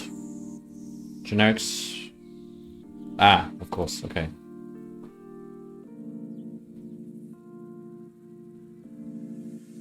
Okay, so we got that.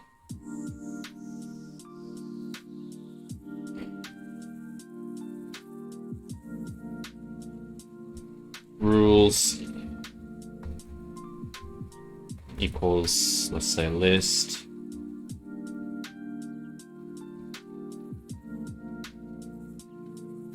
Does it automatically... Hang on, if I just leave these out, I think it automatically initializes them, so...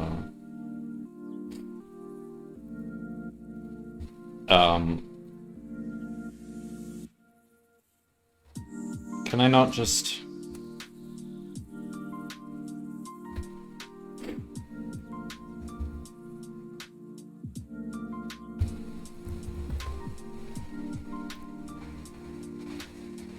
Do that. You have to provide those, I thought. Okay, fine.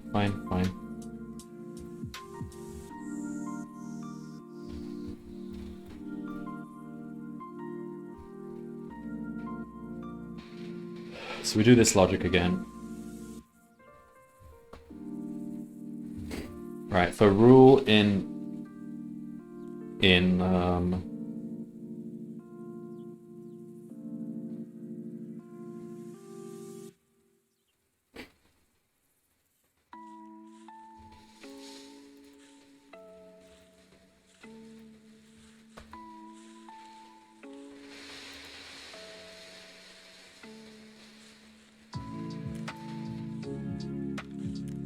just go through this.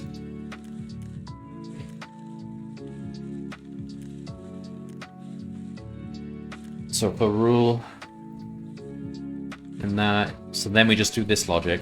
Okay. Oh, we do want this. Okay, we don't.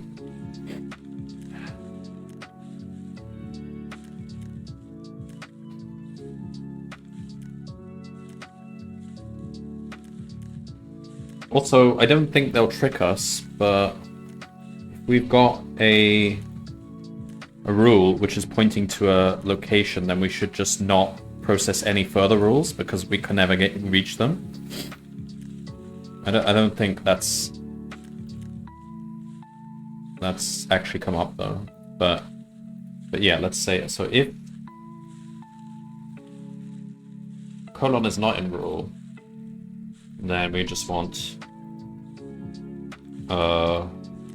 rules.append. It's just gonna be it's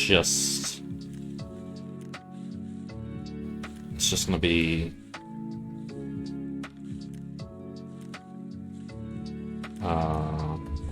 just that, just the rule, just the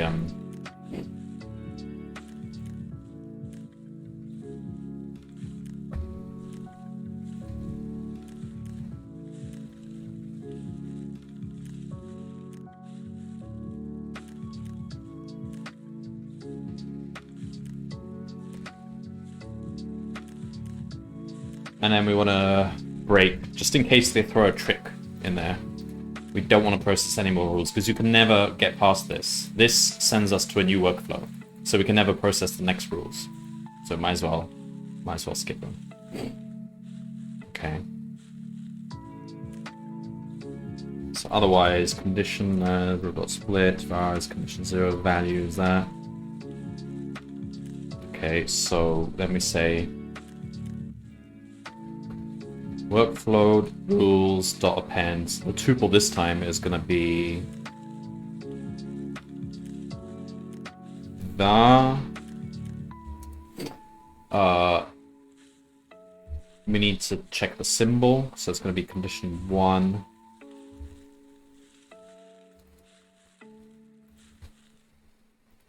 Come on, let's write this all fully out. So it's going to be the var, the symbol, the value, and the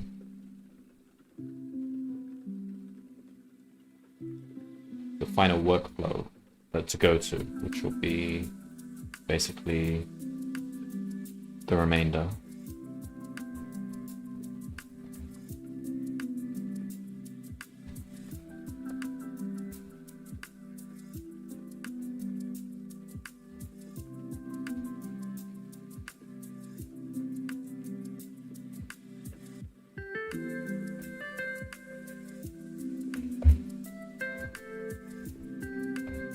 So it's that 4 tuple.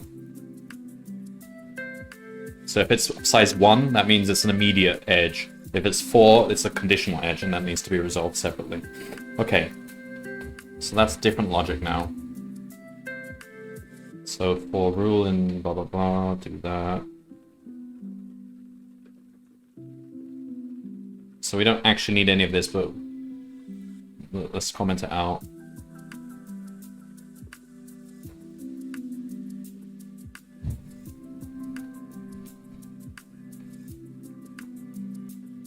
Okay, that looks cleaner. Alright, so we've got rules.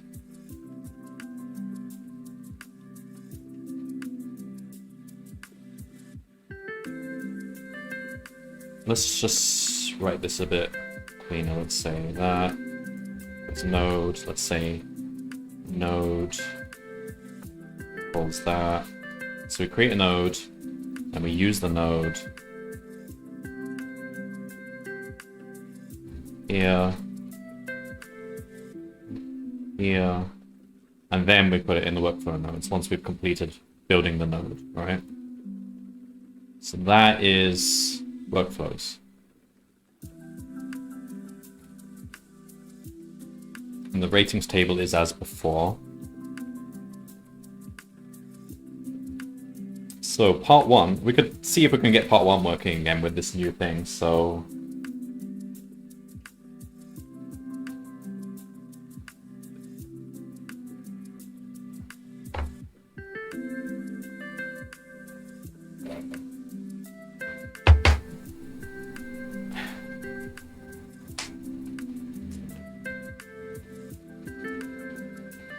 right now, I think we want to try and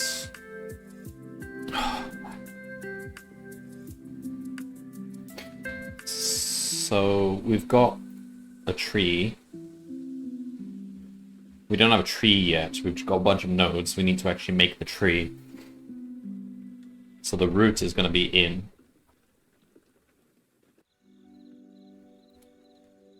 Alright, new logic.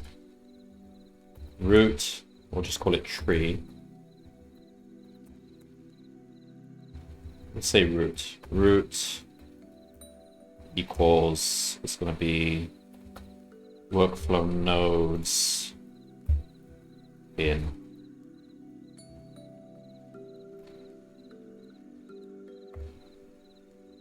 Okay. So now we kind of want to do depth first search through this set of nodes, and that will basically discard any nodes that are unreachable. So that's good. So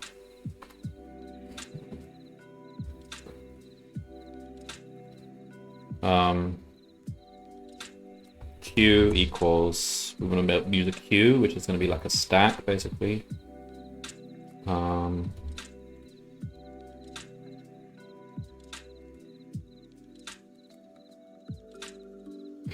Okay.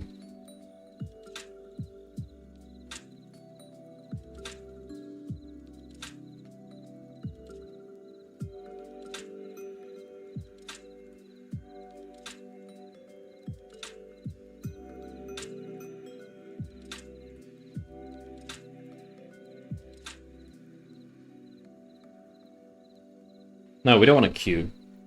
The tree is our queue.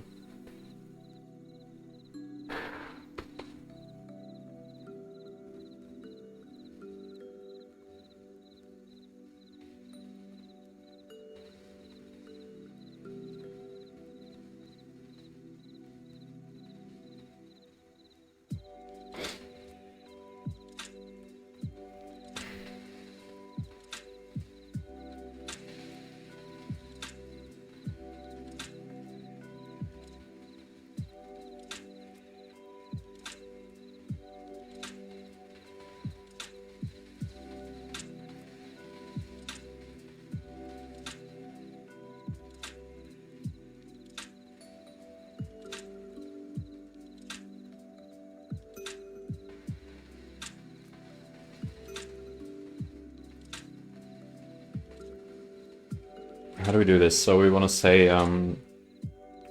we process the root first. So we look at the root, we look at all its children. For each of those children, we're going to recursively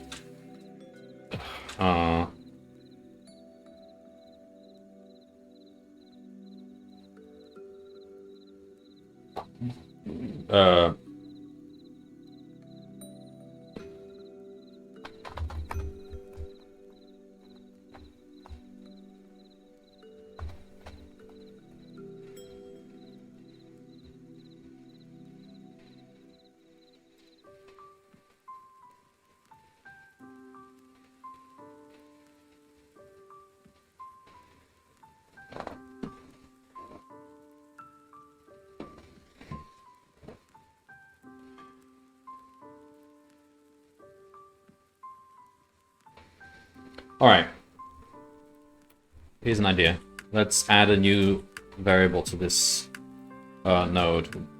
We want to have a condition. Conditions.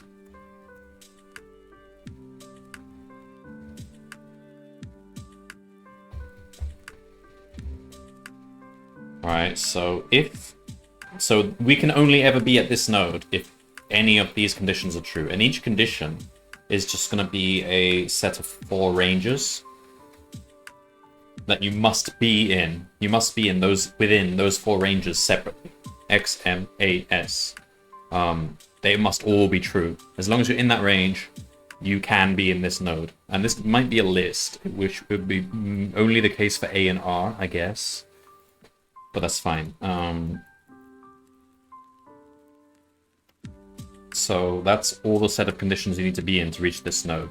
So from the tree, we know what the conditions are. Root dot conditions equals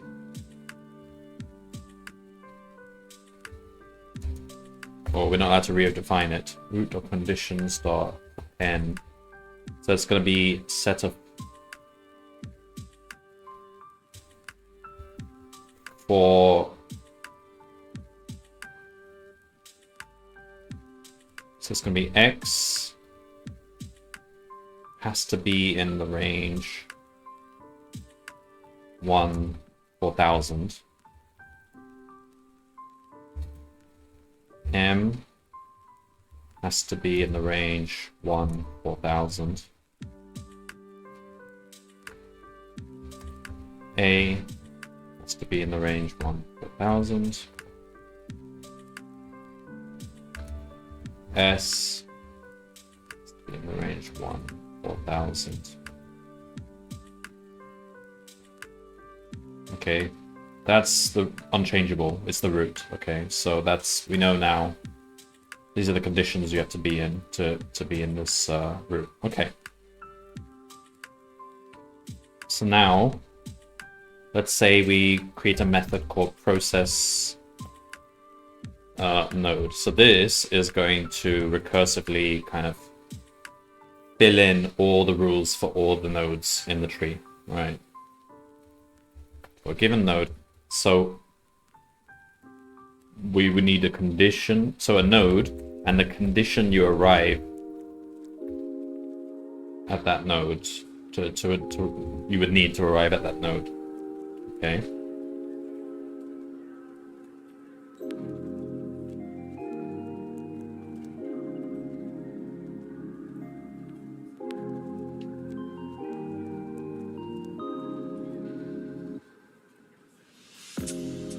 So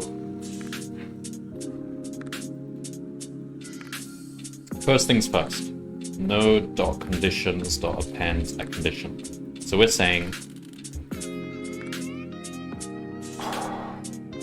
we've been told via recursion that we can arrive in this node with this condition. So let's add it to the list of conditions.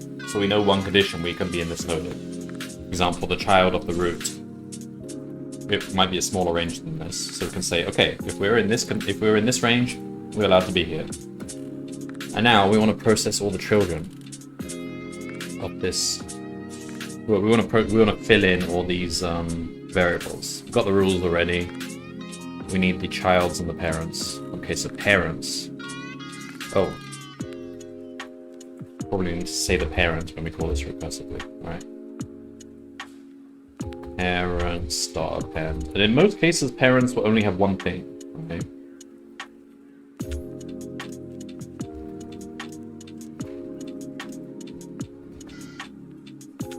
Alright, so that's all we need to do regarding parents. The tricky bit is childs, so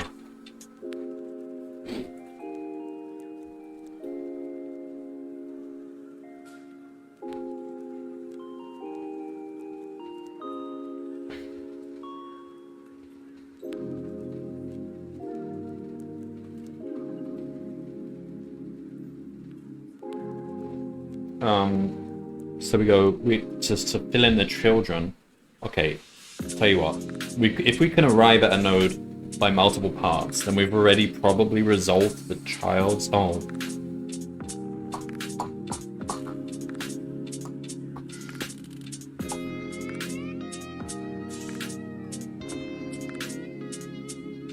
No, so this is a new condition. So there's new... So basically, for...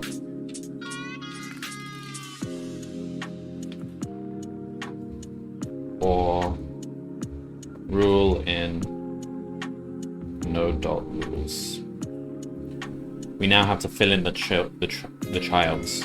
Okay, we go to each of the rules, we find out what the contracted condition will be to enter that child workflow, and then put that into its child's list. So we're basically building a decision tree.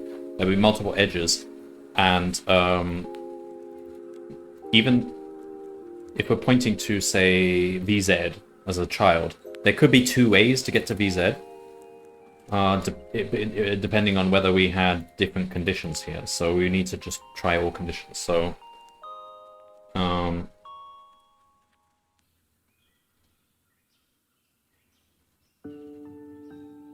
we're going to need some helper methods here. We need a intersection of two ranges, and we need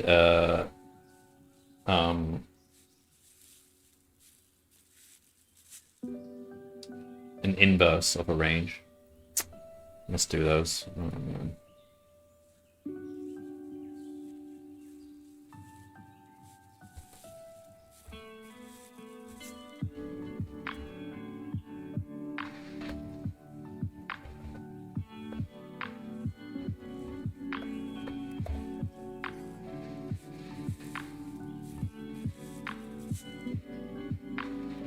So the intersection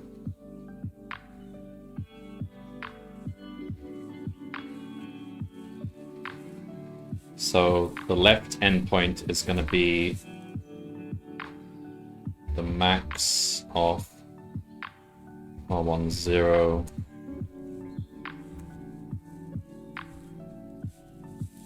R2 0. The right is going to be min of R1 1 R2 1. If right is less than left, let's return none. So there's no intersection. Otherwise we return left, right? That's the intersection of those ranges. Range inverse, or given R.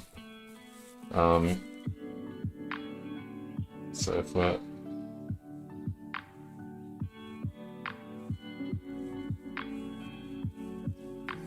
wait, but this is going to be. Well, we don't need to find. We don't need this method. Okay. So for each rule.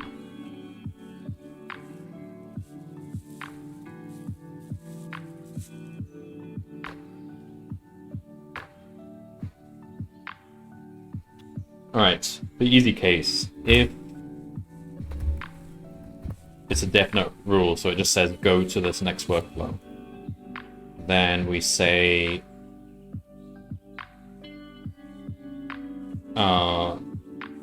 child node equals let's find the child node. It's gonna have the name rule. Child's dot. Okay, so node dot child's dot append. So this is one child. Okay. And then we have to call recursively on this new child to process its stuff. So we say this basically process node. So it's going to be child node. The condition is going to be the same. Oh, hang on.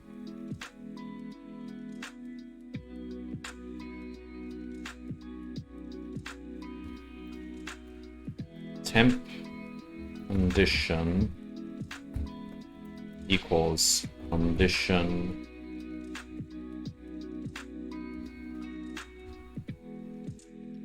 dot copy, I suppose. It's the condition is a. Can you just say dot copy for dictionaries?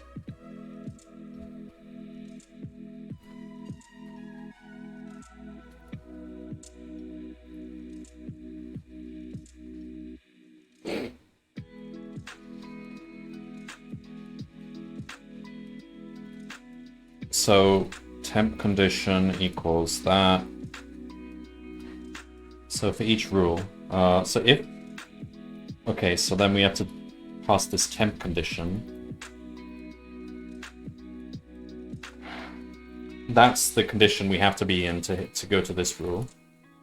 The parent is going to be this node right here. I'm not even sure we need the parents anymore. Oh, we'll keep them anyway. And that's it. That's the easy rule to process. Alright.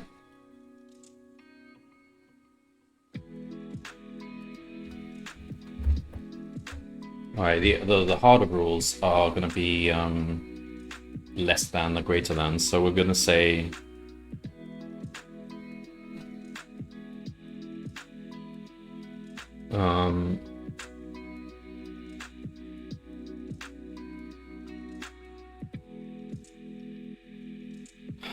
interval. So, okay, if interval is going to be the interval that this rule is describing, so it's going to be less than, if it's less than, it's going to be 1 to this number, greater than, so on. So if it's, so interval equals, so it's going to be 1 to, so rule, the value is what? Oh, what did I put in the rules?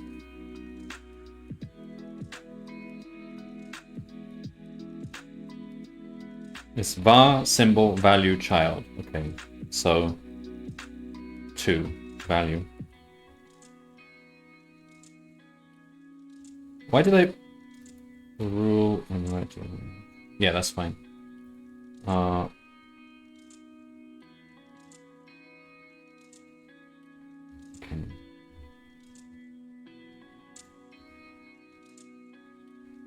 Oh yeah, that should be 0 there. If length rule is 1. Some mistakes. Okay, so it's 0. I keep forgetting. Let's just copy this.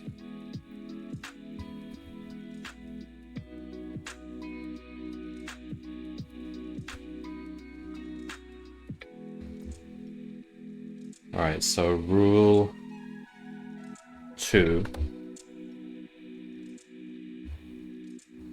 minus 1. We're saying less than if symbol is less than. So we want to be in that range, 1 to that. Else we want to be greater than, so it's going to be rule 2 plus 1 up to including 4,000.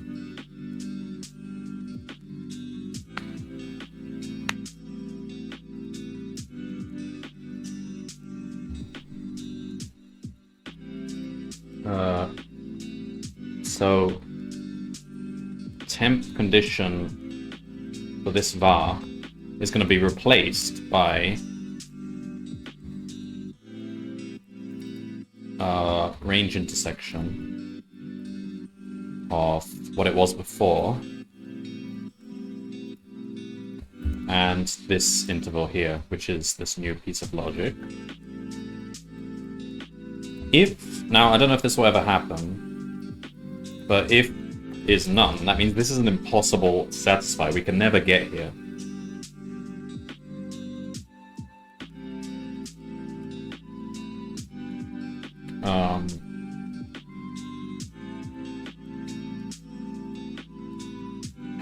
Hang on. Sorry.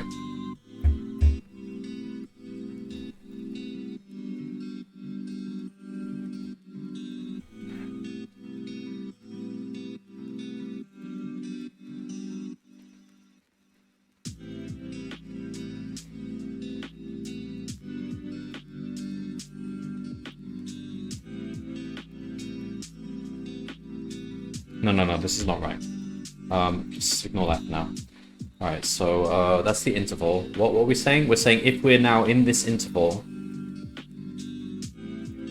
combined with a temp condition.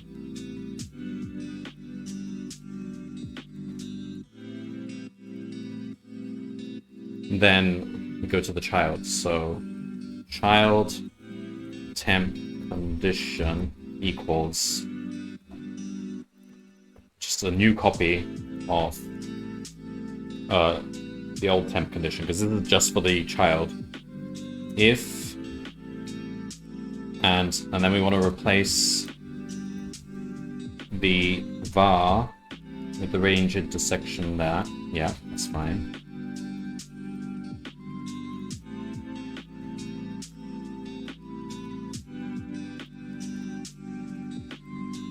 If this is not none, we've just found a child with this condition. So we need to say, alright, just do this logic. So the child node is child node equals, so it's going to be rule 0, 1, 2, 3.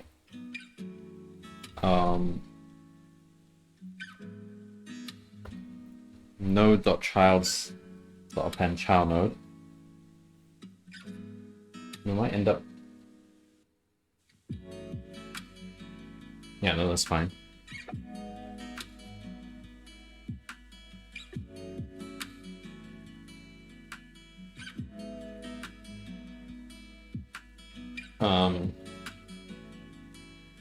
Might end up putting a child multiple times in there.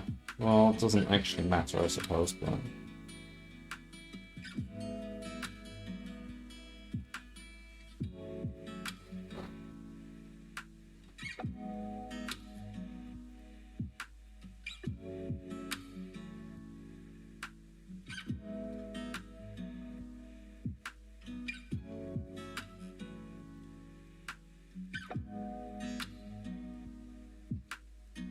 We don't want the child node to actually be in there multiple times, really. If child node not in node.childs, then put it in. That's a bit slow check, but I don't think the breadth is that big anyway, so just do that. This is getting so complicated. Let's just keep going. I'm almost at the end. We do that. And now we process the child. There's got to be a cleaner way of writing all this out. I suppose rules could be made another class. Process node. So child node. So the child temp condition with the parent node. Okay.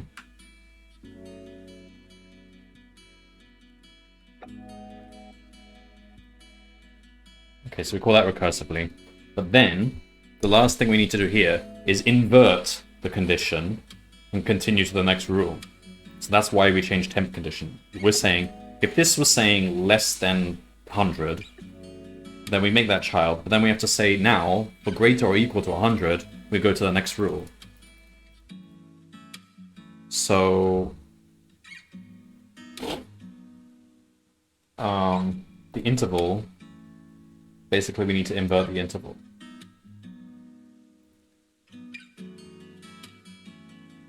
Okay, so inverted interval equals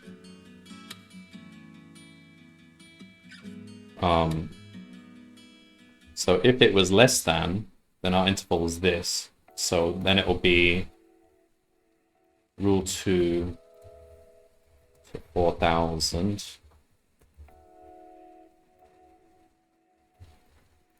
If that, otherwise it will be 1 to rule 2.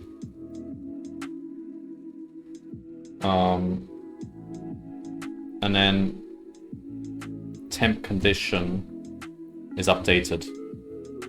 Var is that, but using the inverted interval. And then we're allowed to continue with this new interval. Get rid of that.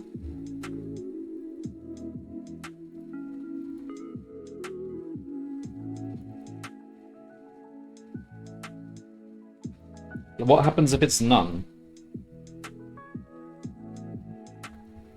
If is none, that means that we literally can't progress through these rules anymore because it's an impossible condition to be in. So we just break out of the rules altogether. Okay, I think I've covered all possible cases. This is crazy. I want to run it, but we might actually finish the execution of the old stuff. Let's keep writing then.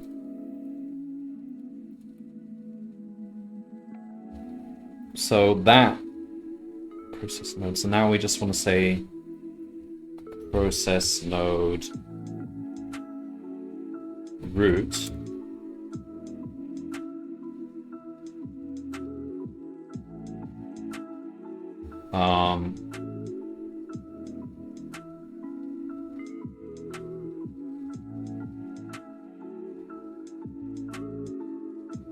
Start condition is that.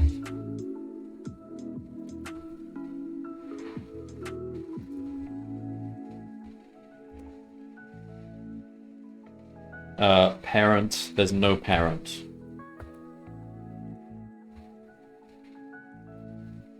So none. In this case, if parent is not none. Okay. So we just do that, and that should do the tree. Just go recursively fill the tree. Finally, what is the result we want? We want to look at what we want to look at what happened to A's node. And A should now have accumulated every possible condition we can use to arrive at it. Right? So total 2 equals 0. For condition in, so we're going to go get, so it's going to be workflow nodes A. For condition in workflow nodes A, well, we don't need parent, do we? Parent's actually useless.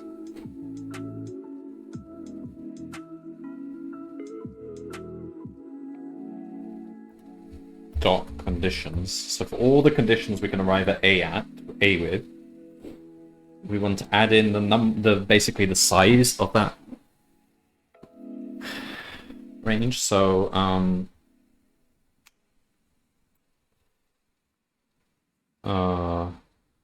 it's basically going to be this kind of this multiplication here. So it's going to be total. Oh god, by spreading it out. All right, so it's going to be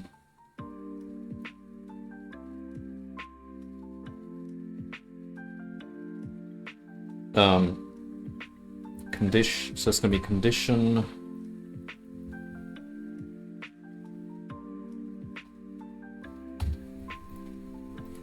Let's just get the x1, x2 equals condition. Okay, there's a better way of doing this. Product equals 1 for pair in condition dot values product. So, or yeah, okay, product multiply. So it's going to be P2 minus P1 plus 1. That's just a cleaner way of doing what I did before manually.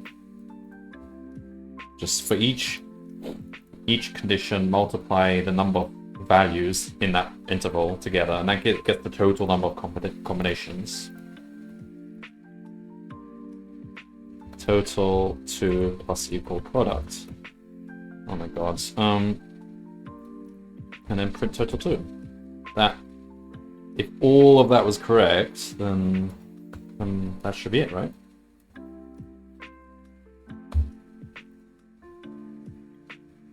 So that's part 2. We can actually do part 1 as well. Now that we've got the tree, part 1, we want to, for each...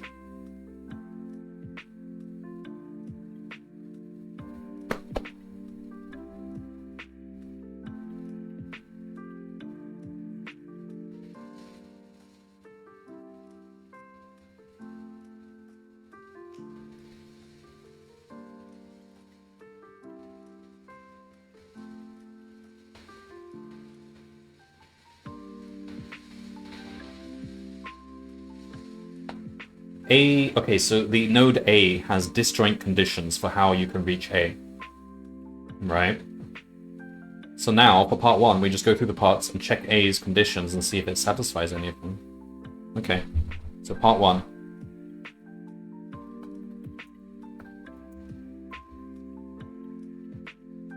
So for part in parts...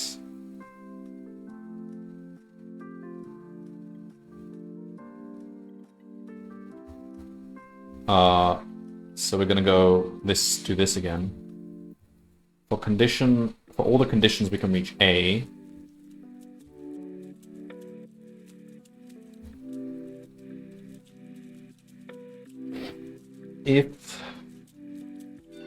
So let's say if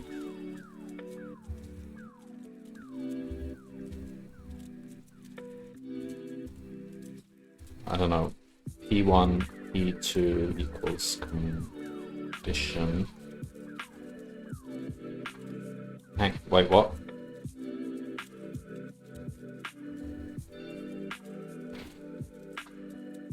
Okay, if part, let's say, this given character is within the bounds, so it's going to be condition for this character, the left-hand side, is less than or equal to that, is less than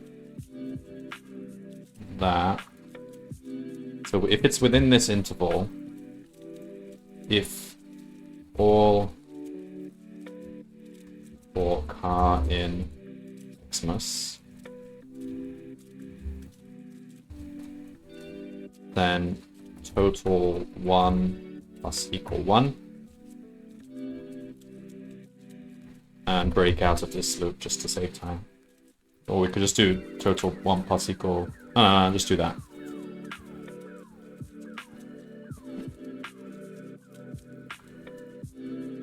Okay, that's, I think, the new and improved algorithm. We stop. I don't know how far we got in this process. I should have printed the eyes as well. Like, we could almost be there.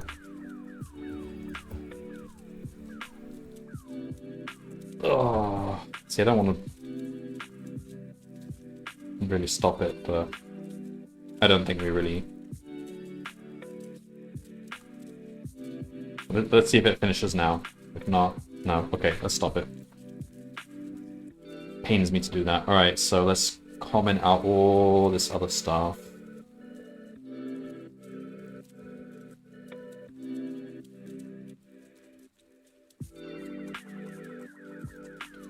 There's gonna be lots broken here. I'm a bit concerned. Didn't test anything. Alright, run. Oh yeah. Conditions equals that. String has no node.conditions is going to be a list of is a list. Huh? Uh-oh. Node.conditions. It must be a list. And it's frozen, so we're not allowed to change it once we've set it.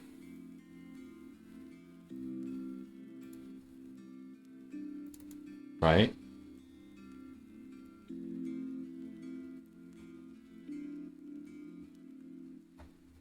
So how on earth did we...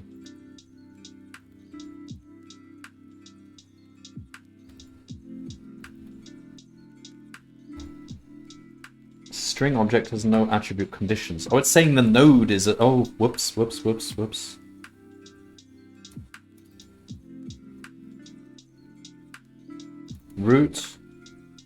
is workflow... Okay, root is a node. At some point we're calling this with a string. When are we calling it recursively? Child node is a node. Child node is a node. Process node root.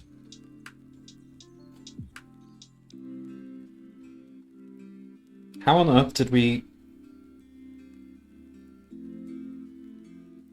How on earth did node become a string?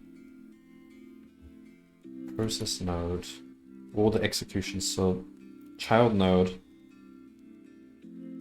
is workflow nodes. Okay, workflow nodes is a hash map which maps. Okay, so maybe workflows is workflow nodes has got the wrong stuff in it. Workflow nodes equals node.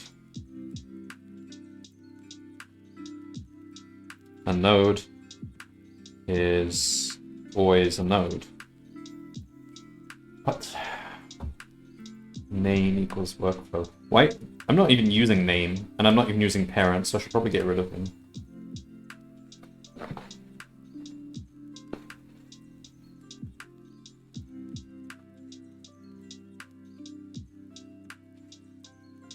Do I ever use name?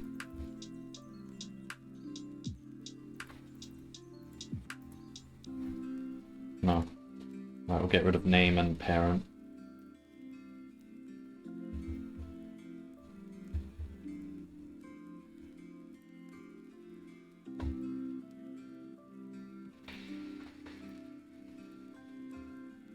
Now we process this top to bottom, so we don't need to go backwards in the tree.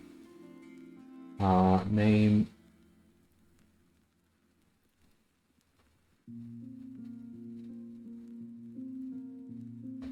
Okay, we don't need parent.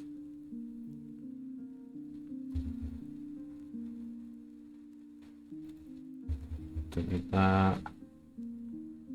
Don't need that. Don't need that.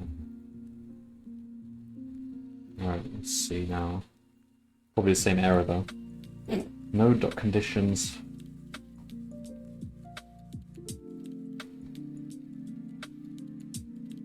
Print node.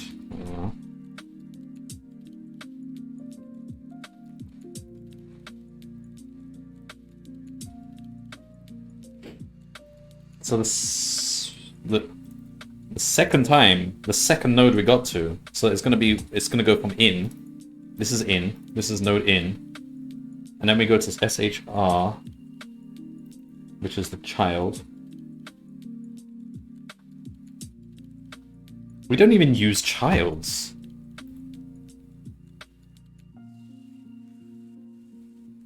We can get rid of that too. But one thing at a time. Alright, so we go to SHR. What? So this is one of the rules. And this is where it's failing, so for rule, alright, so it's this bit, it's this part here. Child node equal, oh, I thought I checked this.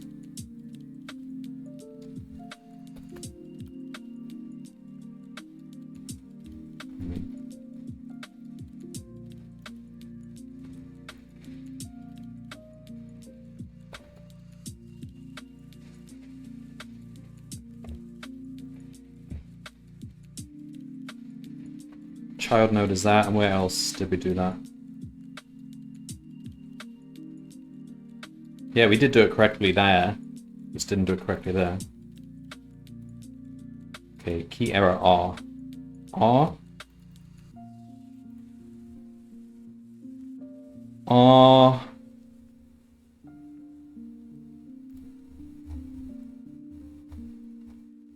Oh yeah, because we only create the nodes up here. So we need to create nodes for A and R. Okay. Let's say A maps to a node empty list. Empty list. Empty list. We can actually discard childs as well. R.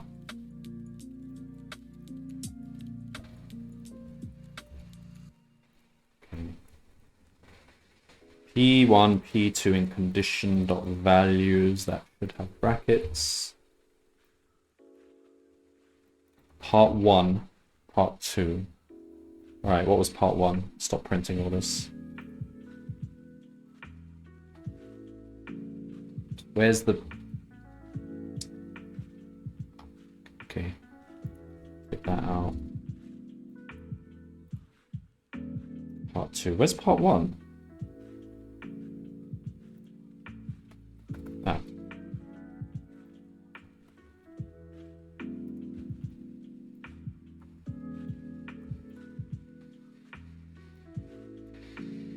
$105. That's so wrong. So wrong. Well, I mean, we've got a tree. It's got all the rules in, so we haven't lost information here. We can recover. Wait, what was the correct answer for part 1?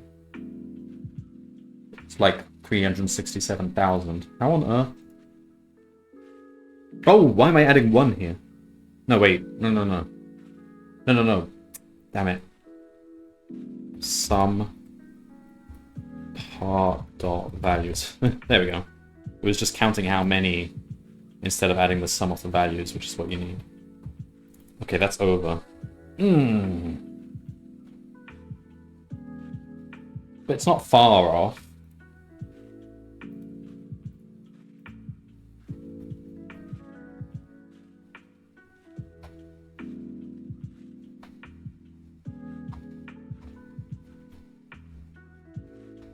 Okay, we're getting there, maybe. Let's try to get it working for the sample then.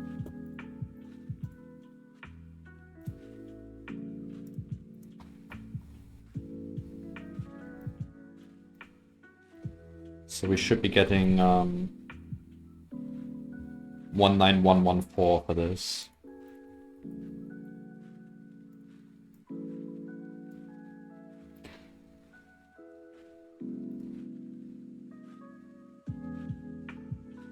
That's way off.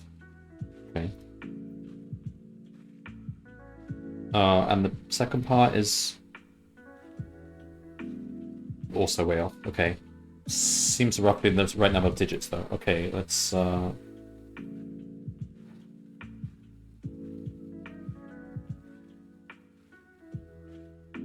check what the nodes look like, I suppose. So if we don't use childs, do we ever use childs? There's no reason to use childs, so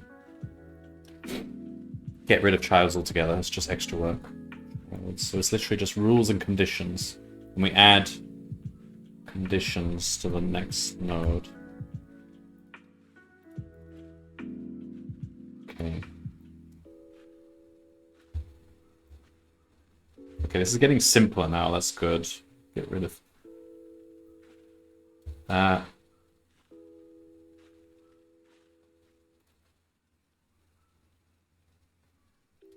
Yeah, because the children are apparent from the rules anyway, so we don't need to put them.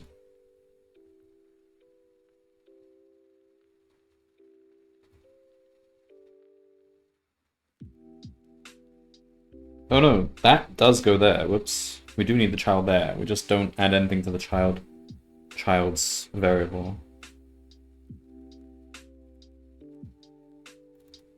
So we do need to know the child node. We don't need that. Yeah, so just do that.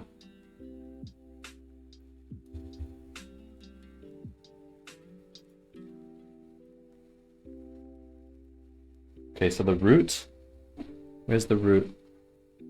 Root is workflow nodes in Yeah, okay.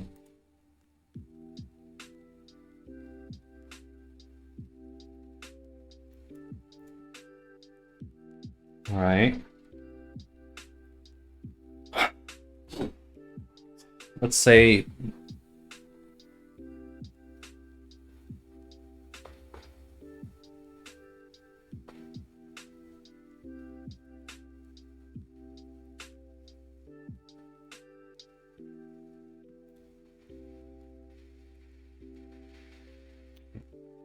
okay, when we finish process node, just print the node. I want to see what the final node looks like.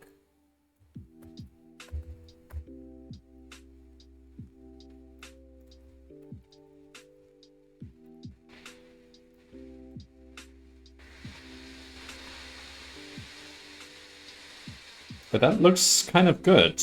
All right, the rules. All right, so it's saying you need to be in these conditions to get to these places. All right, there's a problem.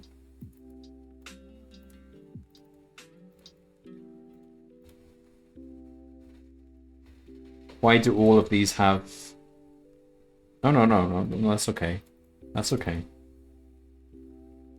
But why...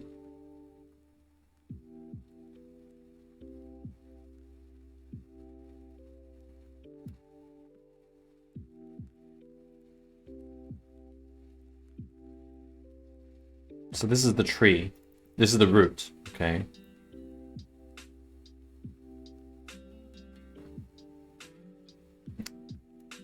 I do kind of need to know the names of these nodes. It would help if I go back to... Okay.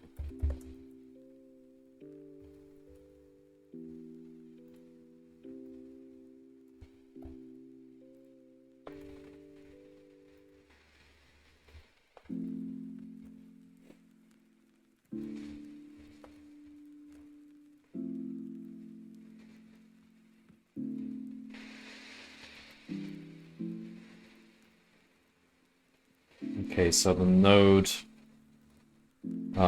so the name is going to be workflow.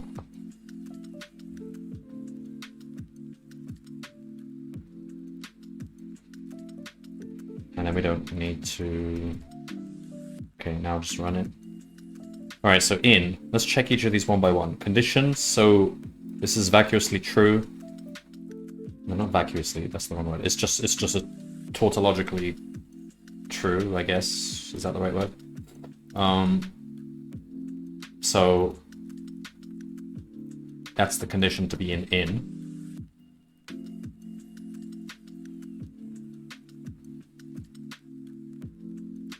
All right, and then the rules, we'll check all of these values one by one. So the rules are S less than 1351 px, correct? QQZ. Okay, good. So in is correct. Let's check it's gone to the next one. QQZ. Conditions. Right, there's only one condition you can be in QQZ in, and that is if S was less than 1351. So already there's a mistake. That should be 1350, right?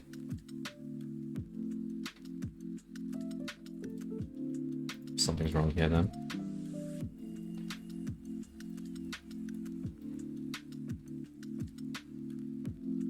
So child temp copy. Okay, so we take temp condition and we copy it. I'm worried about this copying. Child temp condition var equals range intersection with child temp condition var and our interval. So whatever it was before. How could it be one off? So if it's less than, it should be that number 1 to 1350. How did we end up with 1351? So then the intersection will go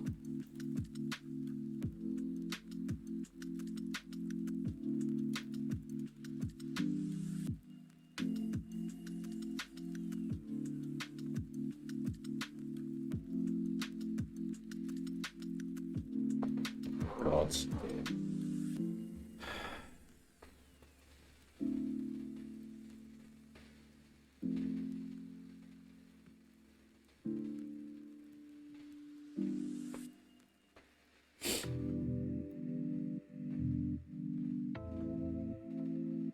How could we end up with 1351? Oh, what the heck?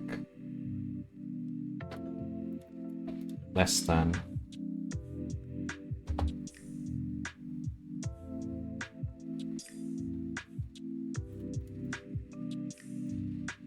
So that must be 1350. How did it end up back at 1351? What did we do with interval? And the range intersection.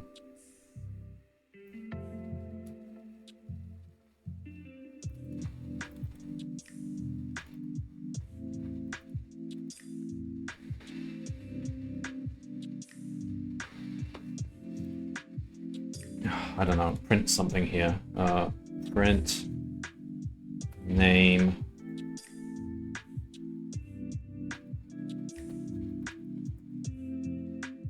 and the new child temp condition we're doing here. Let's see if we can get that out, get that information out of it.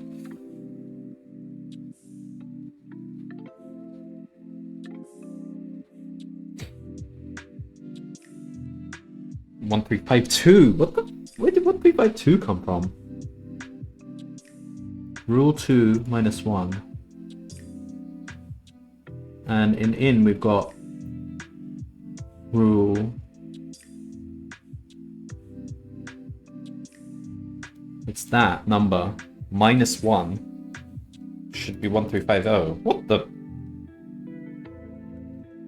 Print interval then. I don't know. Print no dot name interval.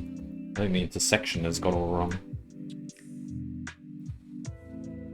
1352.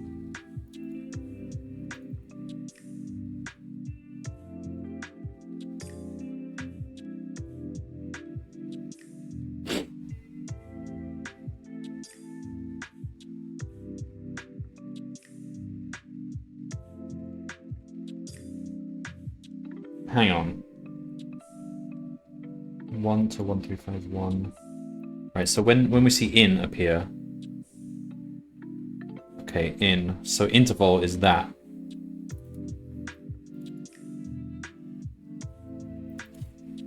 One to rule 2 minus 1 if symbol is that, else that. Symbol.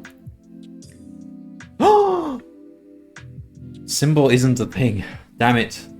Symbol is not. It's just shadowing something. Oh my god, that's so bad. That's why you shouldn't shadow, but I do it all the time. 0, 1, 0, 1. It's rule 1. Am I making that mistake later on as well? Oh my god.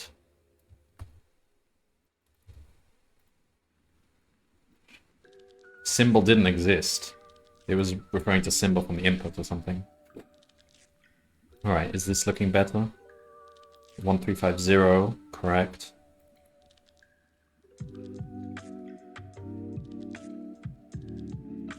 Alright, are we closer? We are actually closer to the correct answer. That's good. We're about 1,000 off. Oh my god, alright, what now? Let's check what the... So in, 1 to 4,000. Those are the rules. Yep, that's correct. QQZ.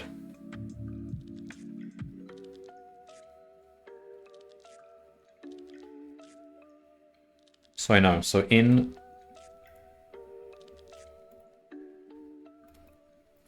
PX should be less than 1351. So where's PX? Okay, let's stop printing all this stuff.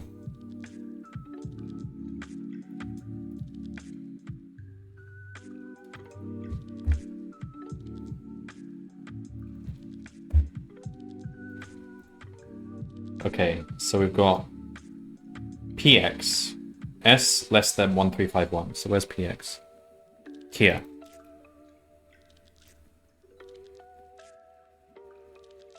S, what the? You've got the wrong letters. It's done it to M instead of S. S, Did I? Oh, don't tell me I've done this shadowing issue again. So we've got var. Oh no! See, that comment threw me off. I was referring to that comment instead of the rule. There should be no var. Oh my god, that's so bad. Okay, you know what? There's a way to fix this. Var symbol value child equals rule. I should have done that. I don't know why I didn't do that. That way we can use this correctly. Let's go back to using symbol.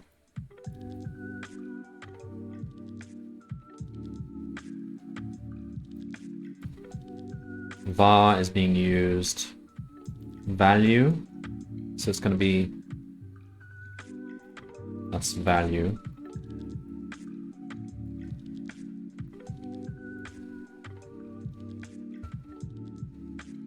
That's just bad coding.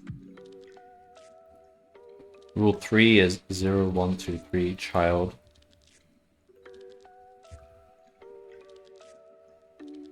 Alright, we're not using rule parameters anymore.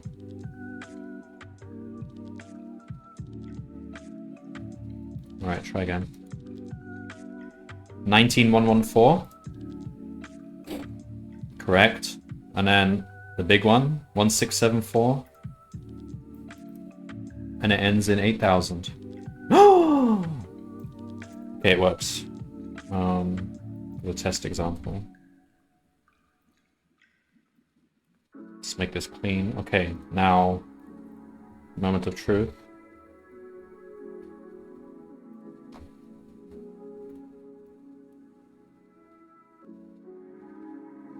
Okay, it was instant.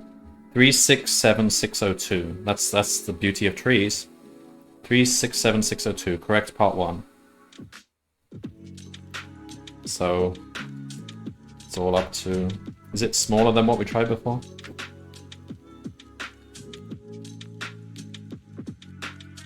It is smaller.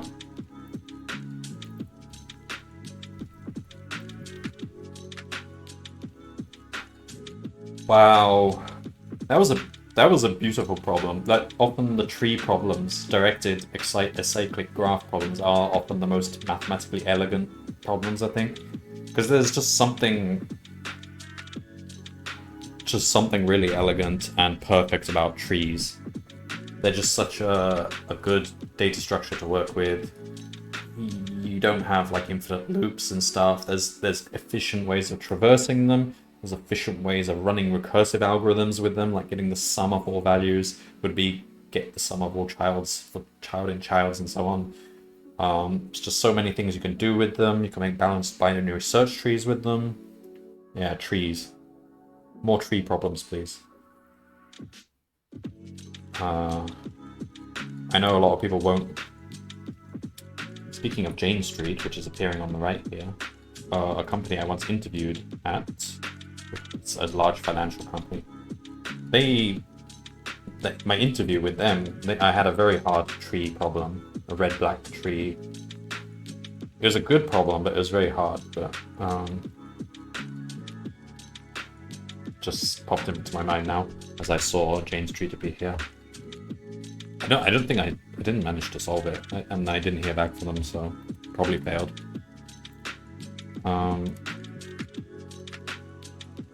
Wow. Just check the old leaderboard then. That is a tough problem because, wow, look at that. 12 minutes 56. That was not fast at all. But part 1 should have been fast. Yeah, because part 1 you don't need trees for. You can just kind of do what? Well, no, 2 minutes. That's pretty impressive for part 1. I can't think of a fast way to code it, even if I know exactly what I want to code. But part 2, I can believe that. That's tough because you got to write out all the stuff.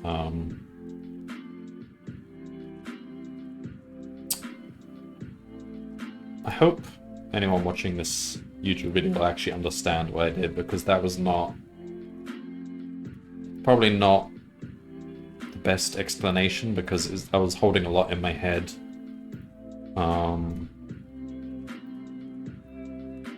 Let's clean up the code. Let's get rid of all this commented crap that we don't want to use anymore.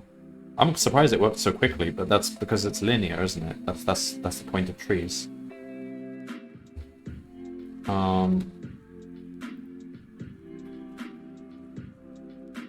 Okay, so we don't actually need to store the name variable anymore, so we'll take that out.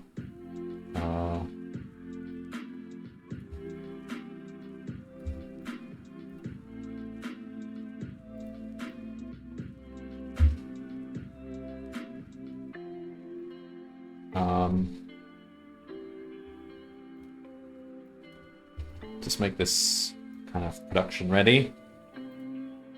I mean, paste to GitHub ready. I don't want to change anymore. That's already pretty nice. Maybe some comments or stuff. I can do that after the stream. Yeah, we don't need parentheses there.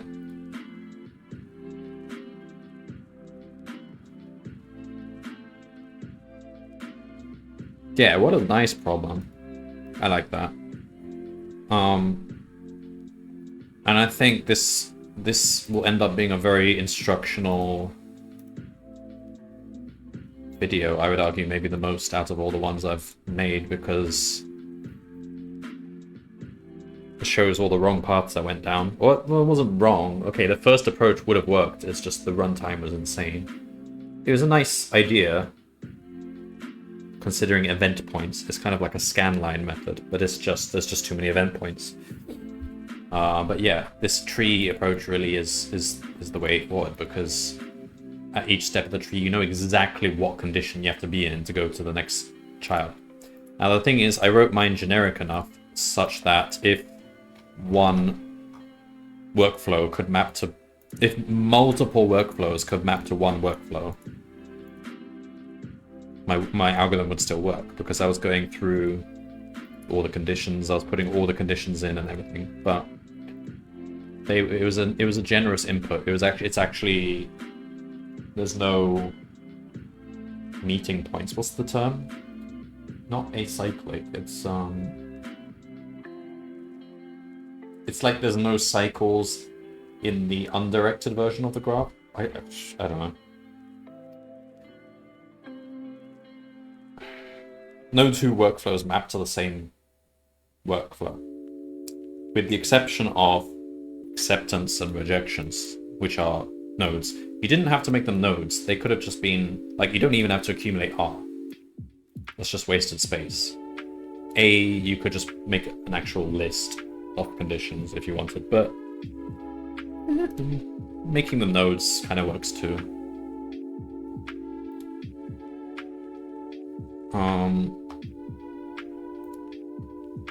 And I also kind of highlighted some bad programming practices I did, which resulted in me failing. One of them being, I violated the principle of separation of concerns, because I tried to make one method do two different things within the method, and that was bad, and it was wrong as well. I also shadowed variables, which you shouldn't really do, but I do it anyway because it's just so much faster. Like reusing the names var, symbol, value, child, even though I've used them before. You shouldn't really do that, but it helps me think, because I want to know what the meaning of these things are, and I want to match it with the meaning of when I populated them. So yeah, there's a downside that I introduce errors, and if you're making code, you shouldn't do that. You should create new variables. So if I were to reference a symbol here without defining it here, it uses a symbol from before. We'd rather have an error. We'd rather have an error and there's no symbol defined. So we shouldn't be shadowing, and that's why it's warning me. But it's a corner I'm willing to cut for these problems, because it just helps me think. But you do have to be careful, so you gotta make sure you define these things.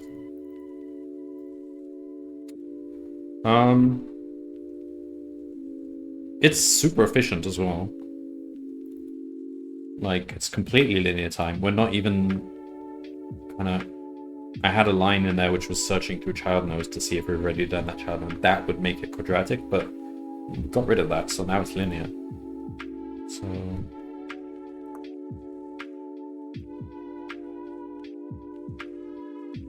yeah. And it runs so quickly. Well, yeah, I keep saying that because it's linear, but it just surprised me. I thought it might still take some time, but... Okay.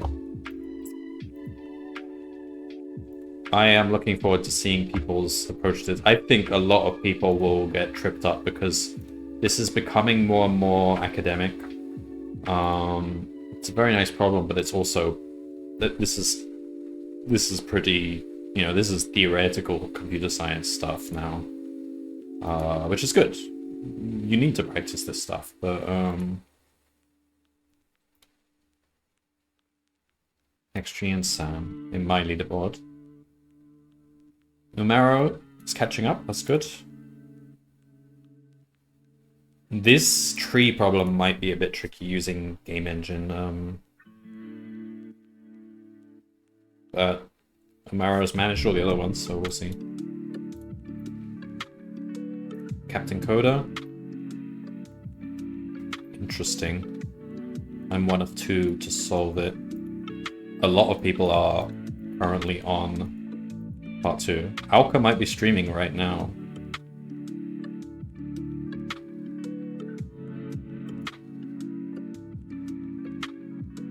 I don't know if Spoof and Smab UK stream.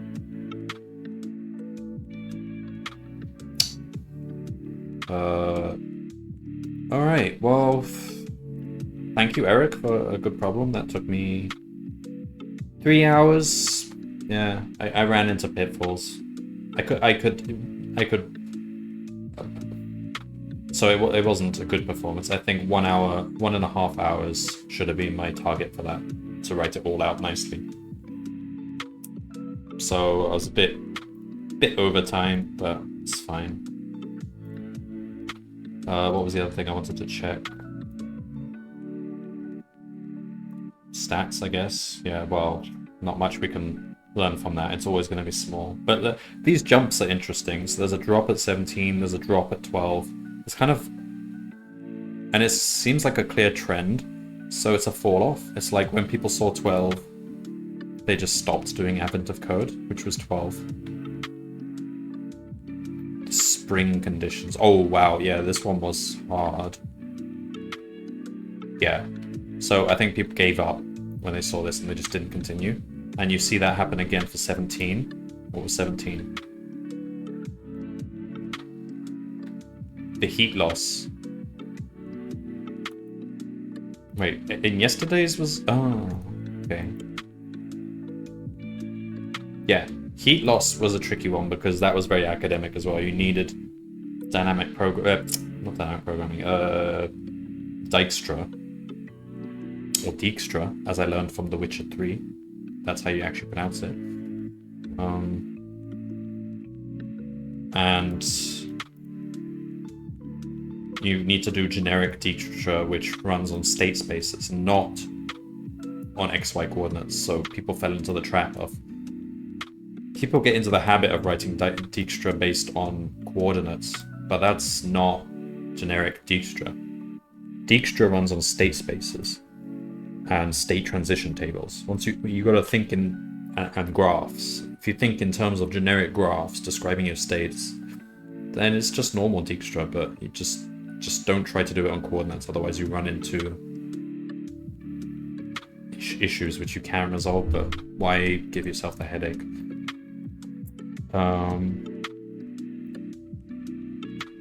Yeah, so definite drops there. I guess number 3 was also... Oh, the gears. That was not hard, but I mean, I can see people kind of coding it all wrong, so...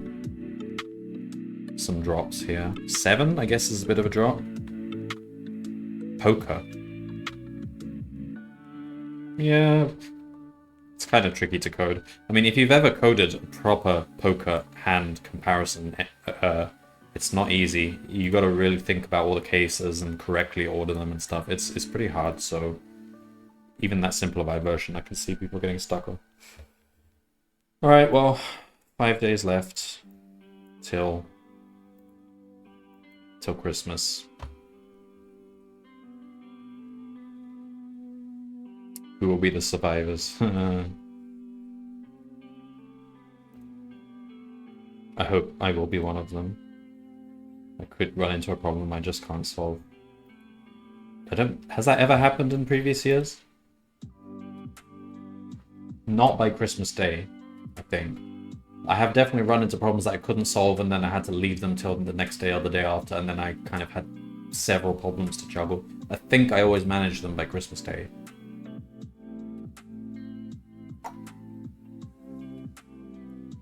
Alright.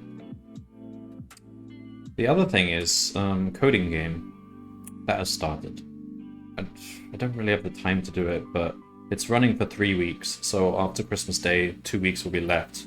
I guess I can jump into it then. So we won't start it yet, otherwise I'm just going to be bombarded with programming.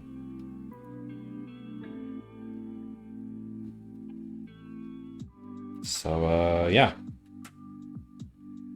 Thanks for watching. That was a nice problem. We'll see you tomorrow for day 20. The final stretch. We're in the end game now. Bye-bye.